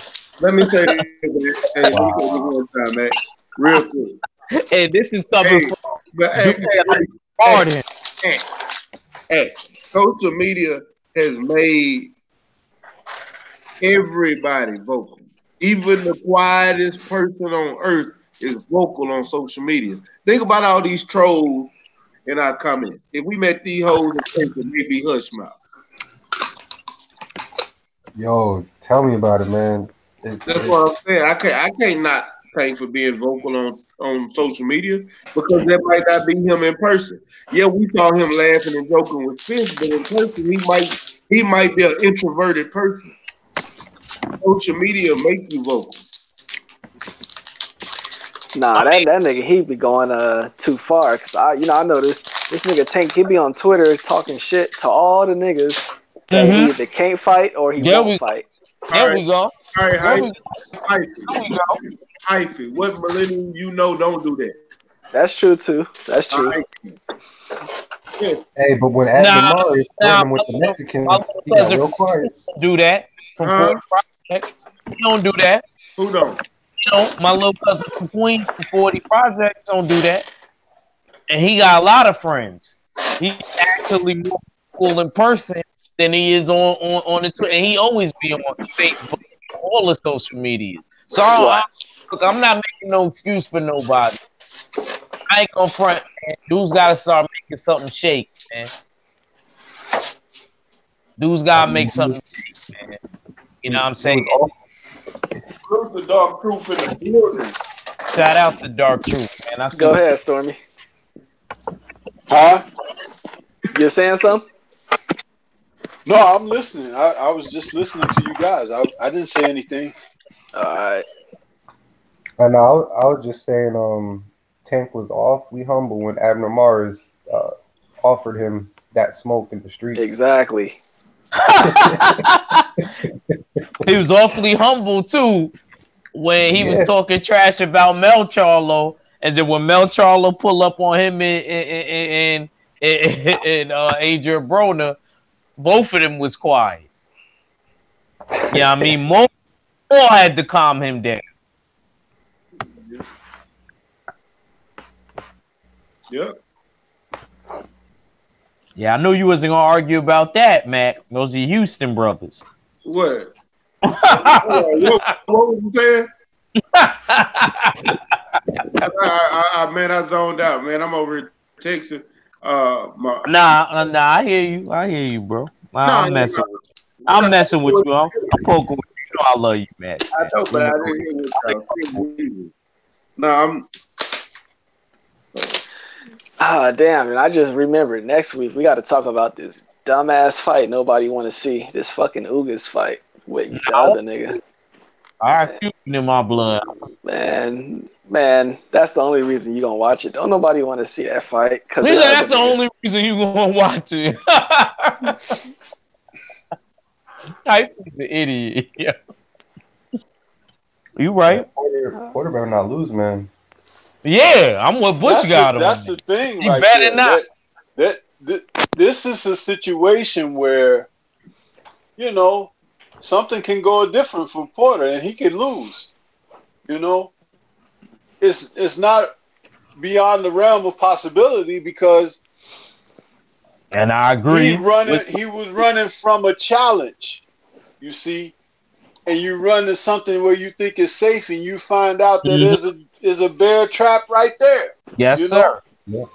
Because guess what? You're a champion now. People come after you when you're a champion. You know?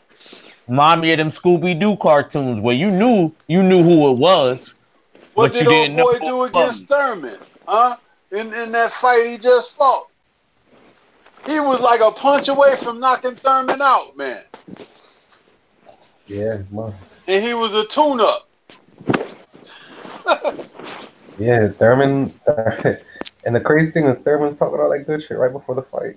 He's been awfully quiet now.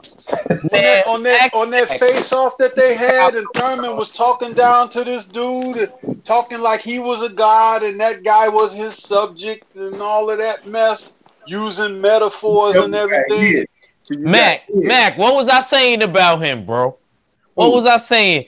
Keith Thurman. I wasn't going on a rant on your page that whole week before he was fighting. Shoot, 503 even said, shoot, we know Ack hate Keith Thurman.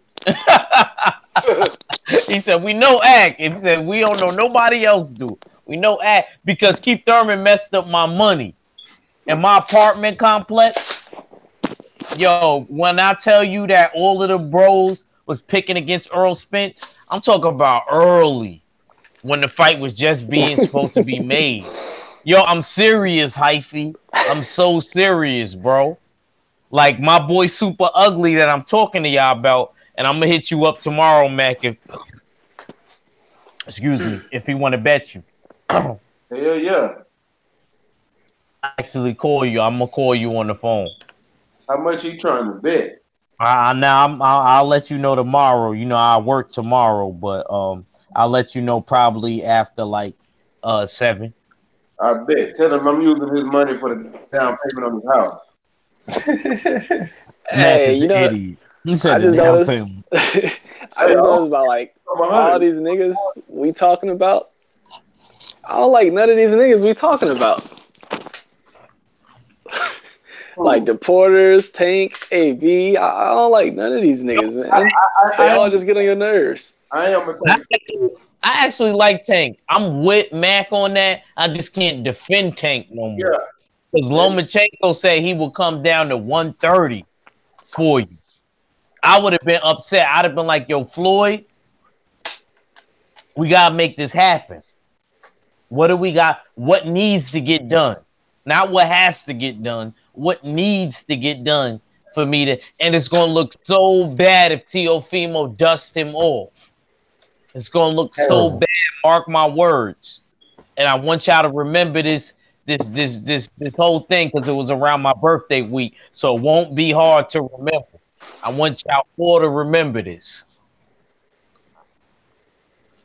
You know what I mean? If Teofimo win, I ain't gonna front Tank. Now, where does that leave you? Back drinking at the bar. I don't know what else. I'm not drinking because for you to weigh 173 and you only like 5'5", crazy, absolutely that's crazy. Crazy. Hey, Kurt. What's up? Yeah, if you Ortiz manager, what you do now? You let the nigga keep fighting like every 3 months, or you slow him down and try to do a big fight? Let him. I'll keep busy until eventually he get a big fight, man. It ain't good keeping him inactive, man. That's gonna speed up the process of him deteriorating, man. Mm-hmm. So you keep him busy as possible, man, until he break through. And I'm not even sure if he ever gonna get a big fight. They're trying to age him out, man. They doing a good job of doing that.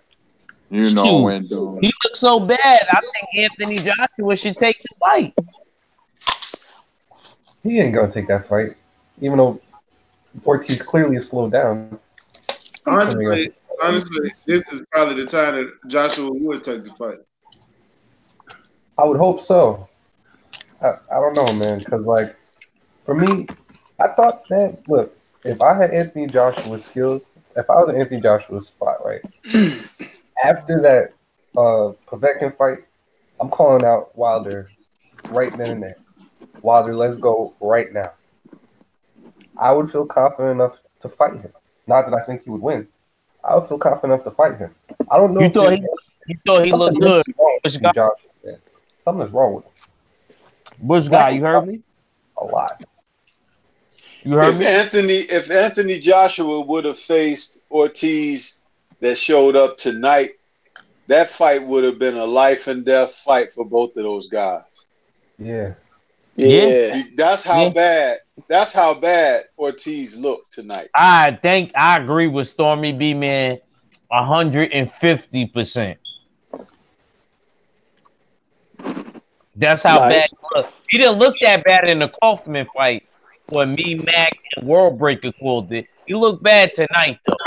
He looked bad tonight. I mean, he looked real bad tonight. That's why you heard me say in my earlier assessment, I said that if Joshua had good people, we know who he has, but if he had good people around him, they would be trying to sign that fight for his next, after he fight Big Baby Miller, contingent upon a victory over Big Baby Miller, Ortiz next. And because Ortiz is looking vulnerable now. And I think, I don't want to say this, but it's like I said, it could be a combination of things, but I really think you're going to have to look at it for what it truly is. Being knocked out by Deontay Wilder, it leaves these guys a different way when they come on the other side of that fight. Thank you. Thank you, Stormy B. That's how freaking, what's his name? Berman Stavern was looking. Yeah. And I'm sorry if I sound really hyped, guys. I'm sorry, man. And you know what I'm saying? Berman Stavern, Spilka, a few others. It's like these guys are not the same. They are not the same. He takes something. Wait till you see Tyson Fury. He's not going to be the same. Tyson Fury's already not the same because he's acting like he's on drugs again. There's no evidence of it. But what has happened to his head, that man was concussed. And he's walking around like a person that's in a fog. He's saying something, one thing today, he said another thing tomorrow. Seriously. Yeah. And Spilka's punch resistance is almost non-existent now. It's almost non-existent. That Wilder They took that dude to the hospital, man. He died drinking. And that nigga had the nerves to be talking shit, talking about Wilder, he doesn't punch that hard. He just hit me with a shot at the NC. Sit your lemon head ass down. He don't remember nothing because Wilder knocked that part of his memory out of his head. He can't remember.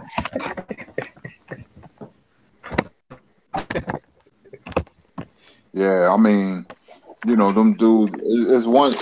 See, man, when you fighting a heavyweight who got that kind of power, man, it's hard to deal with, man. But that's why Fury moonwalked away from the rematch, man. They was, people around him was worried.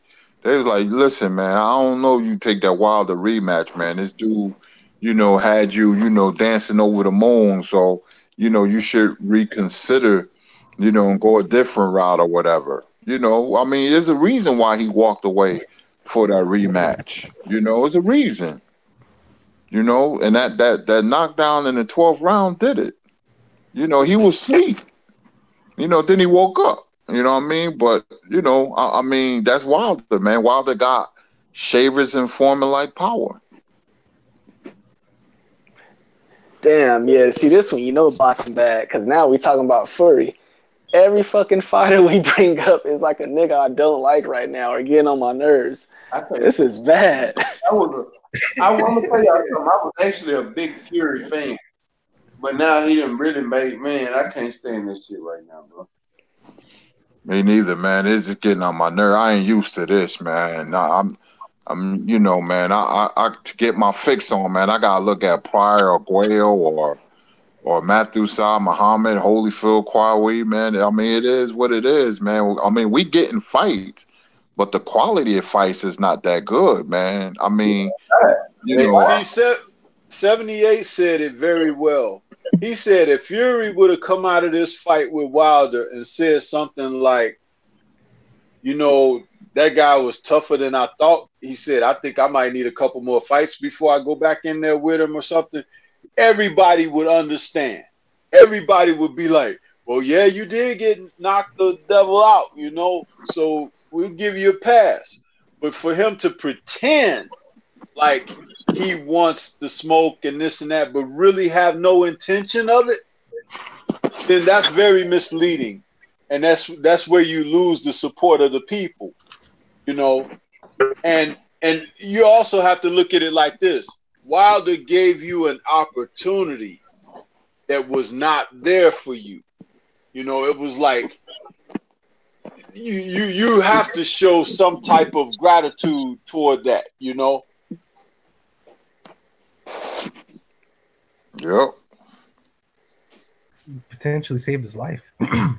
Tyson Fury could potentially be dead right now from a drug overdose. Oh yeah. If he was this Wilder fight, he would not. Wilder was talking to him behind the scenes, man. A lot of people don't know. Wilder is that type of stand-up individual. He was talking to him behind the scenes before he even came back, telling him the sport needs him and this and that, giving him moral support.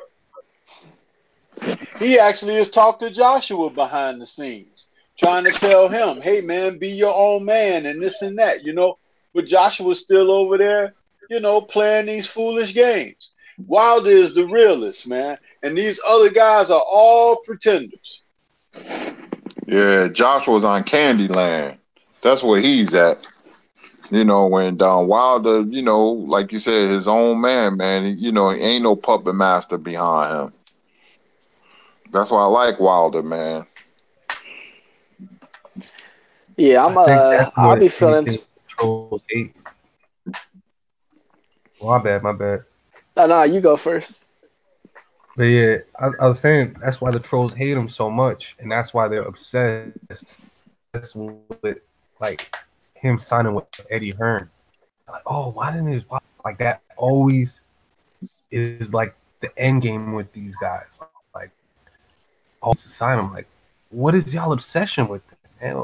Let the man be. And I'm with you, Bush God. For what? For what? But it's a telltale sign of where our society is today. Whereas when someone was a stand-up individual, you have an admiration for that.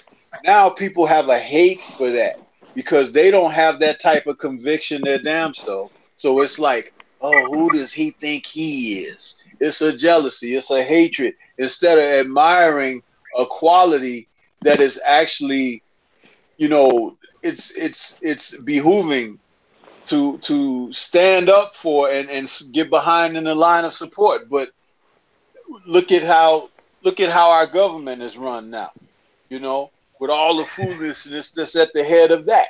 And it's like when you see that and you wonder, like, are these people for real? You know? We got Eddie Hearn in office. Real talk. Yeah, it's really a shame. You know, it's funny. You know the Marvel film, right? The Captain America character, right? Which one? Oh, the character, Captain America. Oh, you're just saying the character in general. Yeah. You know what he represents. People like today don't like that. You know, but from a certain time in the era where he stands up for the little guy, the bullies or whatever. And that was supposed to be across the board, whether you're black, white, whatever. But see, people like to now take that and pick it apart and try to crystallize it and make it mean what it means for them individually. No, you have to look at it for what it really truly is. You cannot take away from a quality of goodness or grace because it comes from a special place over evil. So you could feel good about the evil you do. You see what I'm saying? I get in other words, justifying so that you could get a pass. That's poor character no matter how you look at it. And that can apply to sports and athletics. It could apply to entertainment. It can apply to your everyday social life.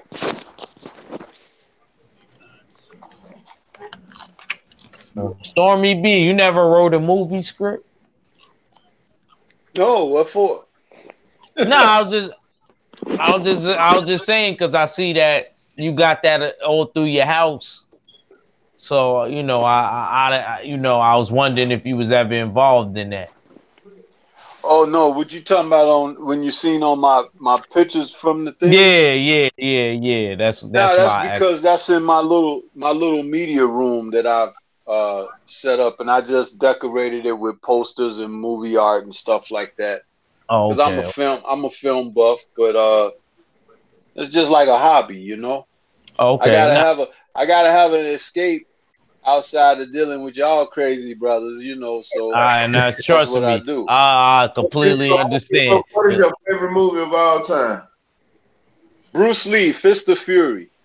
I You just know, watched that shit too. I watched that because of Stormy B Man recently. They had it on Amazon Prime Video, and I watched it. Teacher. I'll tell you something. When I was a little boy, when that film came out, right? But the funny thing about it was, here was this little Chinese dude, and of course, being black in the early 70s, and seeing a Chinese dude whoop everybody behind and everything in a manner which you hadn't seen that kind of fighting before them Chinese films started getting imported to the U.S. But the funny thing about it, he wasn't white, right? He's like, you watching him, he's whooping butt and all of this. But the thing was, he was beating up the bullies. It was like the Japanese. They were treating the Chinese all bad and stuff, just like Exactly. white folks were treating black people bad. So there was an immediate connection there. Even at a young age, I could see that, you know? And he was just like a badass or whatever, you know? And then later on, a couple movies later, he had Jim Kelly in the movie with him. So I'm like, oh, he really cool. You know what I'm saying? Because he got a brother in there. Him back home, got Kareem Abdul-Jabbar. Exactly. I was getting ready to say. And then I find out that Kareem Abdul-Jabbar was one of his students in the 60s, you know, when he played at UCLA. And I was like, wait a minute. Man, Bruce Lee is all right. You know what I'm saying? I would love running around with brothers, man. I would love to see Kurt, World Breaker, and you, Stormy B, do a whole kung fu. You know what I mean? Like I've been trying to get them to do it, man. I done told World Breaker. Because believe it or not, Mac is younger than you and Kurt, but Mac know his kung fu movies. Mac made me watch some kung fu movies. You know what? I'm gonna have it on my show next week. Movies too. Yeah, let Kurt cook. I'm gonna have it. You know what? And that's a good idea about the kung fu, because I love martial arts just like I love boxing. Yeah. I grew up with it, and I'm gonna have it. I'm gonna do like 3 shows next week. Kurt Sugar versus the world, and one of the the live streams is gonna be martial arts. Man, I collect the movies. I watch them on YouTube. I love Bruce Lee, but there's others that I like. You know, I know them by real names. You know. Oh, yeah. You know, like David Chang and Tai Lung and Shin Kun Tai. He was the father of Execution of Death. The whole family fought Pai Mei. You know, Mystery of Chess Boxing, 7 Grandmasters, Mass Avengers, and 5 Deadly Venoms. I've seen all their movies just about, man. And Mortal Kombat. Fushing. Yeah, he died in a car crash. I mean, it really hurt China. He was a young guy. He was a sex symbol, and he was going to be the next star of Run Shaw, the studio that produces the kung fu movies, and he died tragically in a car accident. It kind of shook up the underworld of China movies. Man, he's in this movie called Life Gamble. You know, that's a hell of a movie where he's fighting the Toad from 5 Deadly Venoms. The Toad real name is Lo Mang. So I know the movies very well, man. If I ain't watching boxing, I'm watching martial arts, man. I could watch them all day and all night, man. Did you know this little bit of trivia that Yuen Wu Ping, who was one of the most famous fight choreographers for the Hong Kong film industry, at the time, he wanted Alexander Fushing to play in Snake and the Eagle's Shadow. And he knew that if he could get Fushing, it was going to be a big hit. And Run Shaw would not let Fushing out of his Shaw Brothers contract to play in an independent film. So then they looked for someone who could do the actual acrobatics, and they hired Jackie Chan. And that's how Jackie Chan got his break to become a leading role player, because up until that time, he was just a stunt man. You know, right. and Fu Xing, had he starred in Snake in the Eagle's Shadow, it would have been less of an acrobatic thing, but they would have played up on his charisma and everything, because he was that kind of guy that could have been an international star like Bruce Lee. But, you know, he was like a handsome guy to the ladies and all of that, and he had a huge cult following. But Run Shaw would not let his contracted actors out of their studio contract to do independent films. I didn't know that, brother. Please let me know when you going to do that, Kurt. Yeah, I'm gonna give y'all I'm gonna do it probably like about next Thursday. So I want all y'all to come there, man, and we're gonna talk some martial arts. We going hardcore, man. But Wilson Tong, I want to see what Alex Santos said. Wilson Tong, man. Hey, Alex, man. I was thinking about him, man. He's in this movie I saw tonight called Snake's Deadly Act. He was in the beginning of the movie. And plus, he produces and choreographed fights. He was in Snake and the Monkey Shadow. You know what I mean? Yep. He was in that, that was a great movie right there. One of my top 5s of all time, man. They call him the Foot Doctor. Legend of the Red Dragon with Jet Li yet? Yeah, I didn't see that, man. I didn't see that one. I've seen it. I've seen it. I didn't see that. I'm gonna watch it tomorrow. Y'all sleep on Mac because Mac is young. That's why Mac got to be on that panel. You got to go. Matter of fact, that's got to be the next one you watch, bro. When I say Jet Li go hard in this movie. Yes. Yo, Mac is right. Hard on this Japanese dude, and was it a Russian end? You know what? I'm gonna watch that tomorrow because I like Jet Li. My favorite Jet Li movie. He did a remake of Bruce Lee Chinese Connection. It's called Fist of Legend. That's one. Bodyguard from Beijing is another one. My favorite Jet Li. Hold on, one at a time, y'all. One at a time. Let me just say, when y'all do that panel on Thursday, make sure y'all tell me the time. One of y'all, so I can have my pen and my paper. I usually don't work on Thursdays. It'll be 10 o'clock at night. I'll be out the gym and everything. I'm not gonna fry. I know y'all. Between you, Stormy B, and Mac, y'all gonna bring up so many movies. So I'm gonna have to have my pen and my paper there, and I'm gonna have to have it there because I know y'all gonna have so many movies that I'm gonna have to watch. That's what I'm gonna give y'all 2 movies that's not martial arts. They's like crime dramas. Is one Raekwon sampled it on his Only Built for Cuban Links album, Cha Young Fat, before he came to America, because Chinese they don't like when they stars come to America because they get watered down. But it's called The Killers, and another one is called they was in a hospital, and my man from Five Deadly Venoms, the Lizard, his real name is Cole Cha. There you go, Hard Boiled. He played a dude named Mad Dog with a patch on his eye. Hard Boiled. Somebody took my Killers. I still got Hard Boiled somewhere in my laundry bag. I got so many kung fu movies, man. And plus he was in one of a James Bond movie nobody knows. One of the Five Deadly Venoms, Ko Chi. That's his name. He was the Lizard from Five Deadly Venoms. Lo Mein is the big body. What you say? He was in GoldenEye. He was in there. Yep. And what's another one? I like Donnie Yen too. He was Ip Man. Ip Man is nice. How about this one? Did you guys ever hear of a kung fu film called Kung Fu Hustle? Yeah, they coming out with Stephen Chow, right? Yeah. But do you remember the landlady? Yeah. In that, she was in James Bond film back in 1974, Live and Let Die. She was one of the girls. Oh, that was her? That was her when she was younger. Oh, you made me just think of that. Oh man, Her name is Yu Ming. She was in that film, Live and Let Die. And guess what? Here's another trivia for you, Kurt. Live and Let Die was written in 1973. It was going to be the next James Bond film coming the following year. Bruce Lee was supposed to be in Live and Let Die as Inspector Lowe, the Chinese guy that was in there that was helping James Bond. But when he died, they shrank the role down and hired that guy who had played in a couple of TV shows or whatever.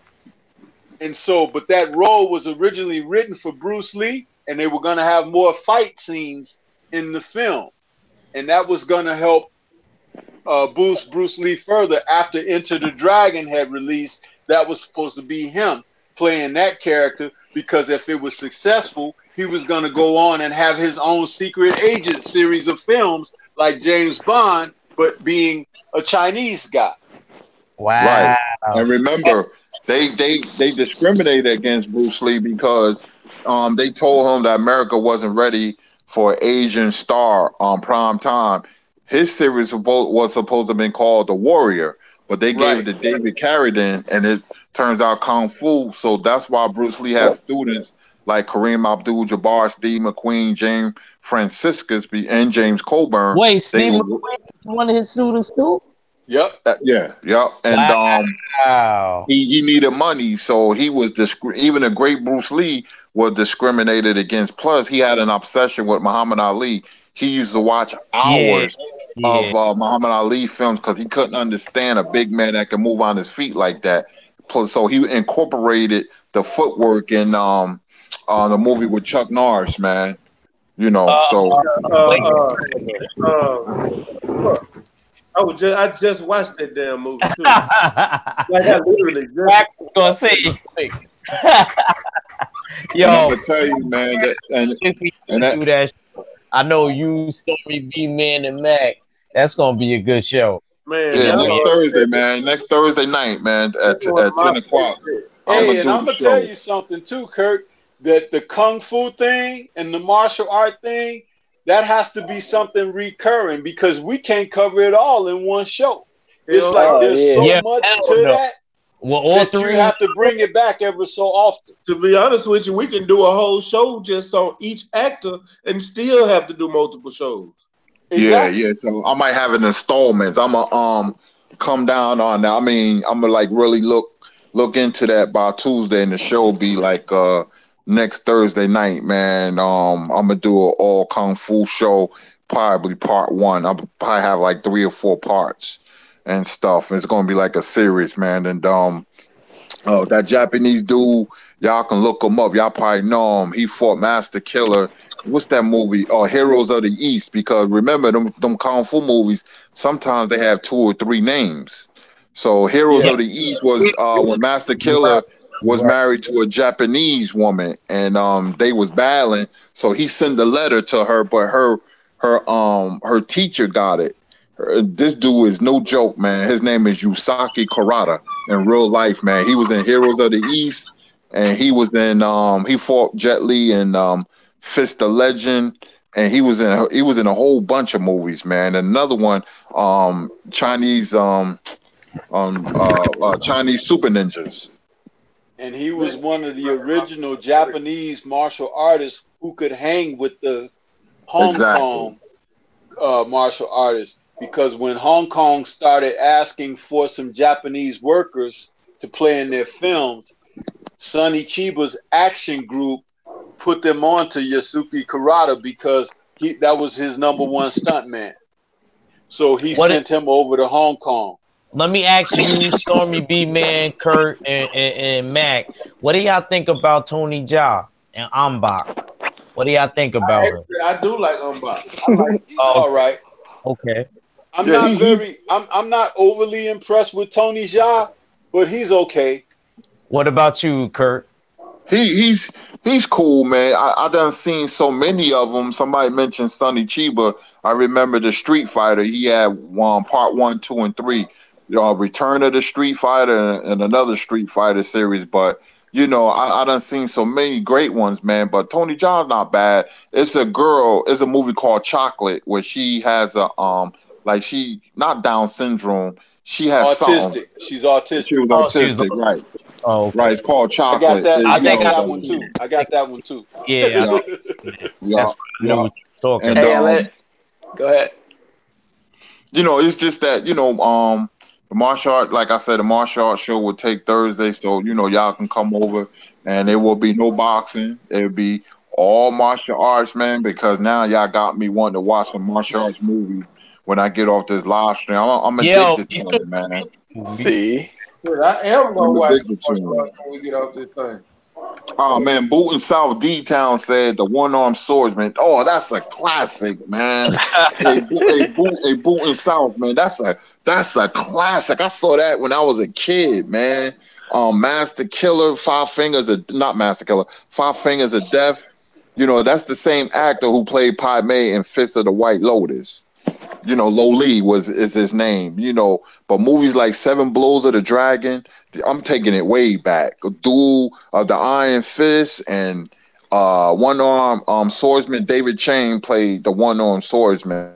He was in the Deadly Mantis too. That's one of my Oh favorites. man, I like that movie. yeah. I was watching that. Jimmy Wong Yu was the original one-armed swordsman, and then Right. he branched off and started making other films with a different film company when he broke his contract with Shaw Brothers because they wouldn't let him direct and star in his own, film scripts. So he broke away from them, and he was the first director actor who made a tournament film, and that was Master of the Flying Guillotine, where Right. they had the tournament setting and stuff, and all the different fighters with the different styles and the different antics and all of that stuff. And the film was really a cult classic based on the fact that it had this weird music soundtrack and these weird special effects, like the Indian guy who could extend his arms and all of that stuff. Man, that stuff was so cool, man. I could go on and on and on about that. Right, we're gonna be up all Hey, let me night. ask Stormy something. Hey, Stormy, remember when you was in the Chinese Professionals when he was bouncing around on one finger? Remember that? Yeah, that was the part one to Master of the Flying Guillotine. A lot of people don't know that Master of the Flying Guillotine is the sequel to the Chinese Professionals, also known as the one-arm box. Yep. Let me ask y'all, what do y'all think of the Return of the One-Armed Swordsman? That's from Return of the One-Armed Swordsman was pretty good. Okay. It had a big fight sequence at the end where the one-armed swordsman, he had got these guys together to go to this mountain retreat where these bandits was like ruining everything in the villages and stuff like that, and he helped these guys get their liberation. It was a pretty good flick. I got a question. It's a movie I've been trying to find because I've been wanting to see it. It's like they redid the Drunken Master, but he's more aggressive. He's not that jokester like he was. Like I know what you're talking about too. I seen that shit. That movie. I've been trying to find it so I can watch it. Damn, I could probably find it in one of my playlists. There's a lot of so-called Drunken Master. This is like recent, within the last 10 years. Oh, never mind. Yeah, it's got graphics, like it's new. I don't even like watching that shit. I love the hell. I like that. I'm gonna look for you. There's one called the Drunken Monkey, which was made in the early 2000s.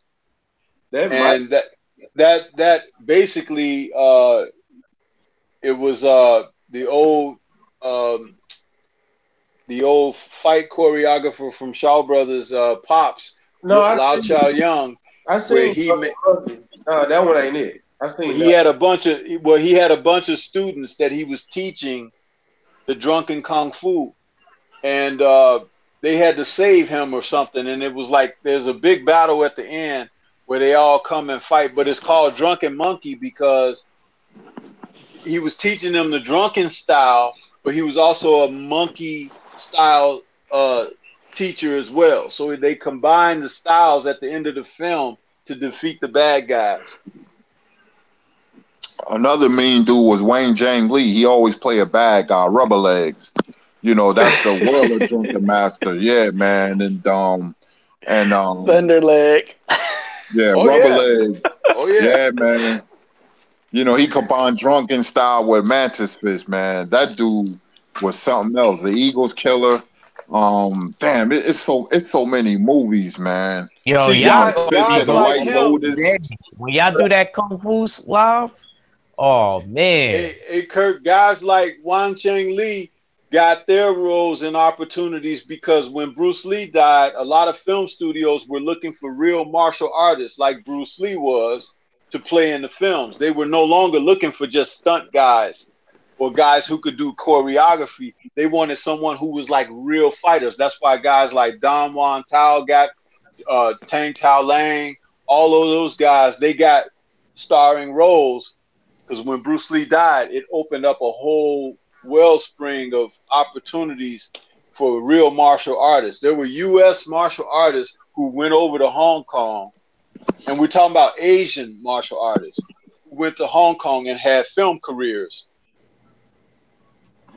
Yeah, well, Bruce, I'm gonna tell y'all something. I don't know y'all know this. Jim Kelly wasn't the first pick of Black Enter the Dragon. He was the second pick. Right. It was Rockney Tarkington was the first pick. I think we was talking about that, you and I. And Rockney Tarkington, he walked away from the project at the 11th hour because he decided that the script was too racist. And the real Sea Dog One said Dance of the Drunken Menace. Y'all gotta watch that movie. That's what I'm talking about with Rubber Legs, man. Yeah. You know, you gotta see I like that, bro. the name Rubber Legs. That's because his kicks were so awesome, man. His kicks were so awesome. He actually killed a man in a street fight with a kick. In real life? In real life. He killed a man with a kick to the head. Wang Cheng Li. They were in a bar and they got into an argument or whatever, and the man tried to stab him or something, and he kicked him and killed him. I love the Five Deadly Venoms, man. I love them all of them, man. You know, but that Five Deadly Venoms, when it came to the United States, that changed the whole game, bro. Yeah. That movie is a cult classic, bro. Yeah. I like Kid with the Golden Arm. Yep. That's a hot one, man. Chinese Super Ninjas is one of my favorites, man. There's so many, man. Invincible Shaolin, you know, is a massive like movie that you just said, Invincible Shaolin. I was watching.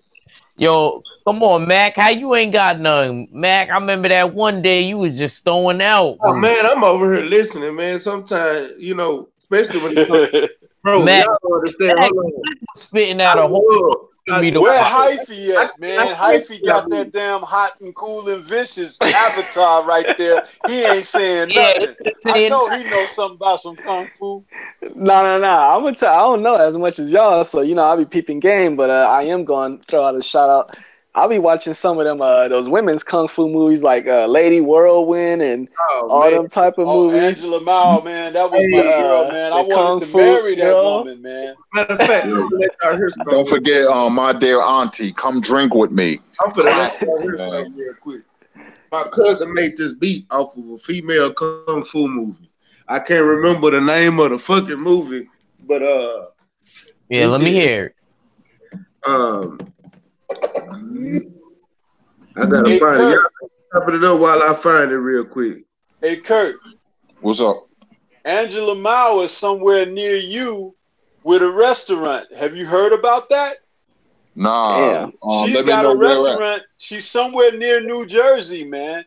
She's got a little Mandarin restaurant, and I know people who have been there. And it's like they've taken pictures with her. She, to this day, she still looks really great for her age. And she actually runs the place and works in the place too. It's her restaurant.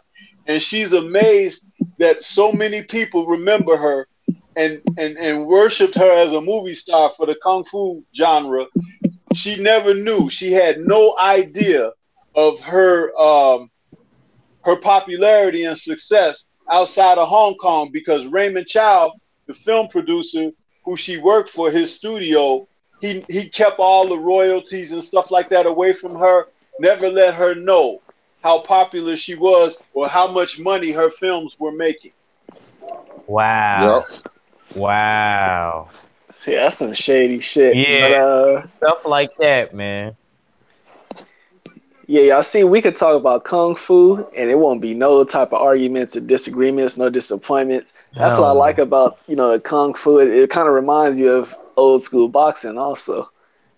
Dude, let me tell you something. I grew up with kung fu. It's running through my veins, man. It's like I could talk about kung fu just like I could talk about boxing. I really can. Yeah, man. I mean, I was too young, but we had a street called 42nd. It was Yeah, called the Deuce, and back in the day, in the 70s and 80s, kung fu movie. There was like about 5 theaters on one block, yeah. My and uncle they, told me that. You was right. You was right.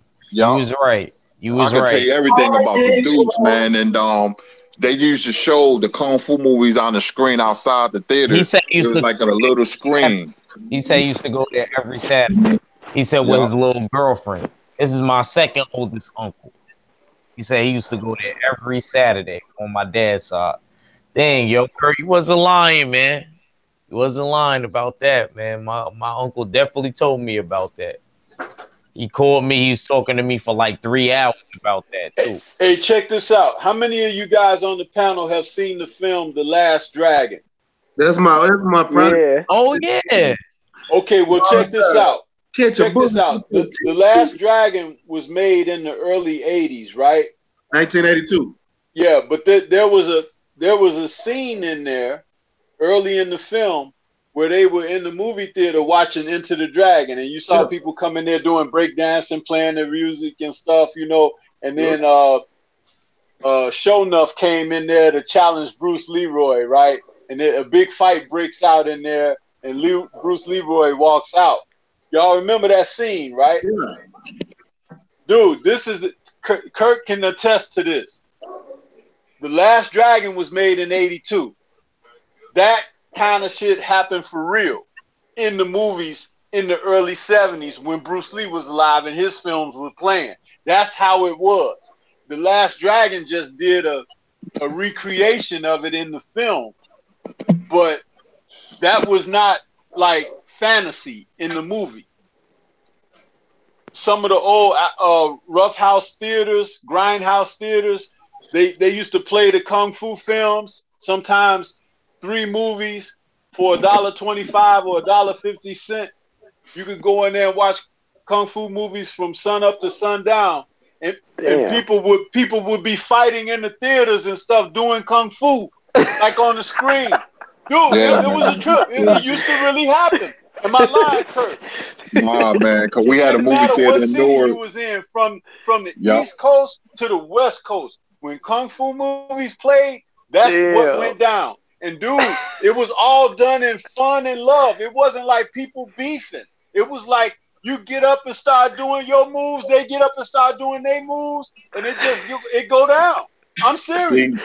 See, Am I man, right, Kurt? growing up, nah, you're not lying. Growing up, man, Muhammad Ali, Bruce Lee, Evel Knievel was like neck and neck and neck. As a kid, you ain't think about race or nothing, man. Them guys entertain you, man. And, to this day, they got T-shirts where, Bruce Lee is throwing a kick and Muhammad Ali is going back, because we always say, who will win between Muhammad Ali and Bruce Lee? It was like Lord to us.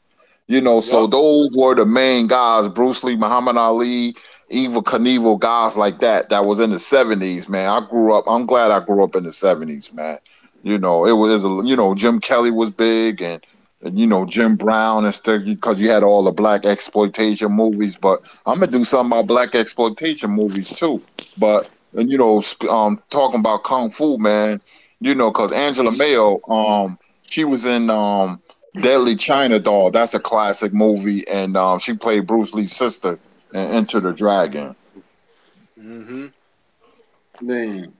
Yeah, when we do a show about this, it's gonna be. It don't even need to be like 3 because 3 might not even be enough. You might just have to do like 1 a week or some shit like that. Shit, once a Hey, month. man. Hey, here go The thing about kung fu movies is this, man. The first wave of them that got imported to America were mostly from Shaw Brothers.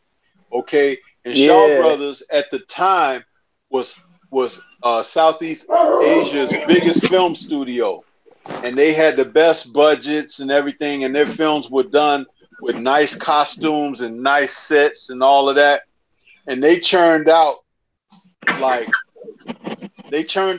10 to 20 films a year. Okay, that's how busy Shaw Studios were.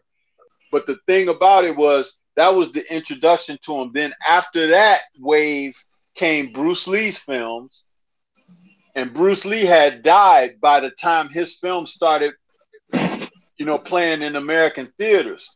But he was known because he played Kato on the Green Hornet back in the 60s, and then he had a couple of small parts and roles in other TV shows. So people knew who he was, but when his fame and popularity came, he had died already.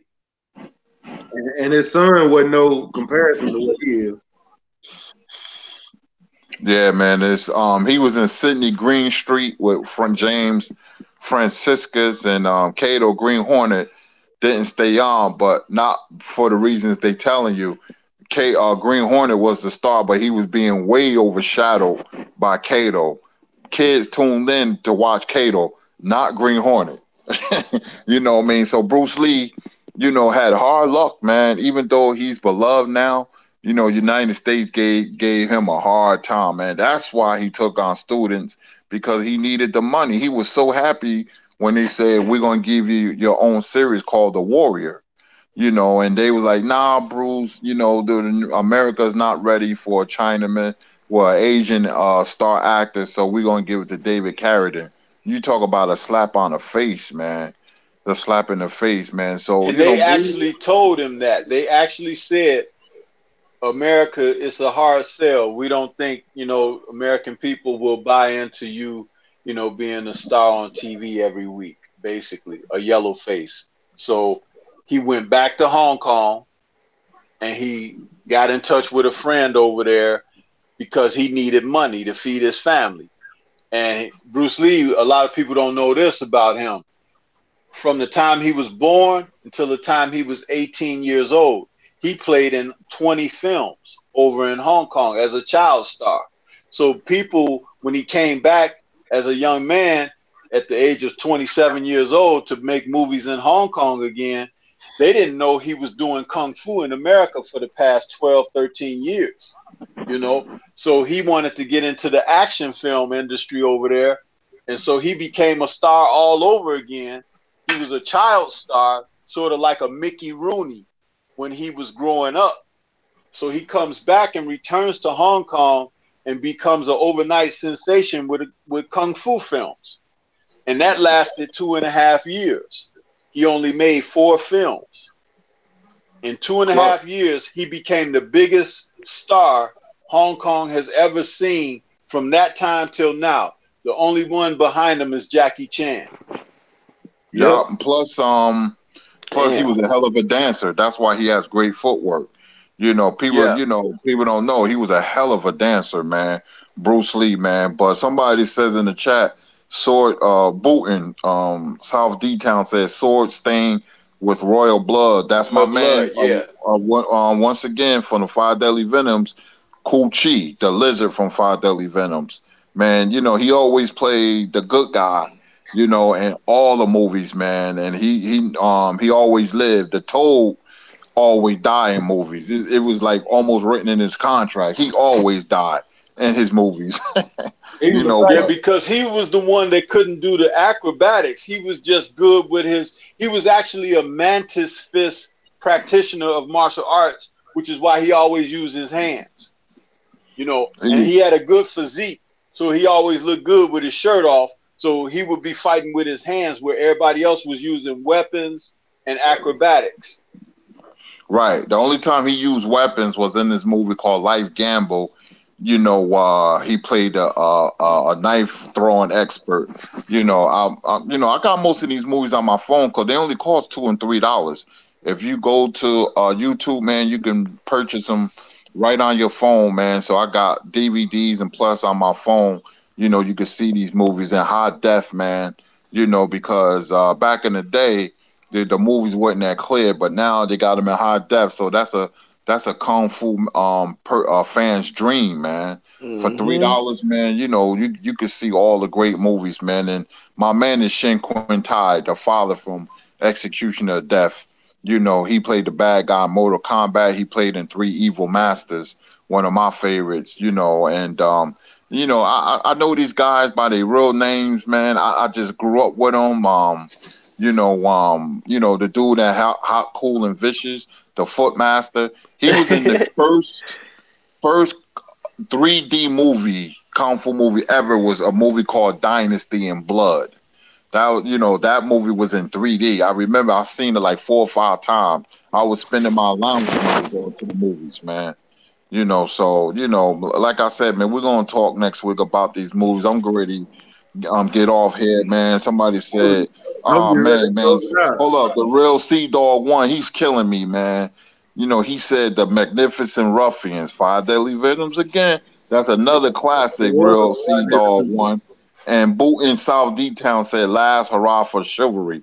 That's a classic, man. And the real Sea Dog, hey, Muhammad the One, what's going on, man? It's been a minute. The Leg Fighters. That's another one, man. What's his name, man? He's not even Chinese. And the Scorpion and Five Deadly Venoms, he's not Chinese either. He's Korean. So a lot of people don't know that. But I'm getting ready to get off here, y'all, man. My phone's at 2%, man. It's going to die any second. Yeah, I'm getting ready to close this up, man. It's 2 in the morning. 3 over there, where y'all at? 303, I'm at. You know what I'm saying? Hey, Act, man, happy birthday, man. Hyphy, man. Yo, I love the avatar, man. Stay ready. Thanks for inviting me. Stormy B, man. You know what it is. You my brother, man. All y'all, man. I mess with y'all heavy, man. All of y'all, man. Who else is that on the panel on the far right holding the gun? Who's that? Huh? Who's that holding the gun over there? That's Deontay Wilder. Deontay Wilder. That was his avatar, Deontay Wilder. Oh, damn. I wonder who that nigga was holding the gun. I was like, who the hell is that?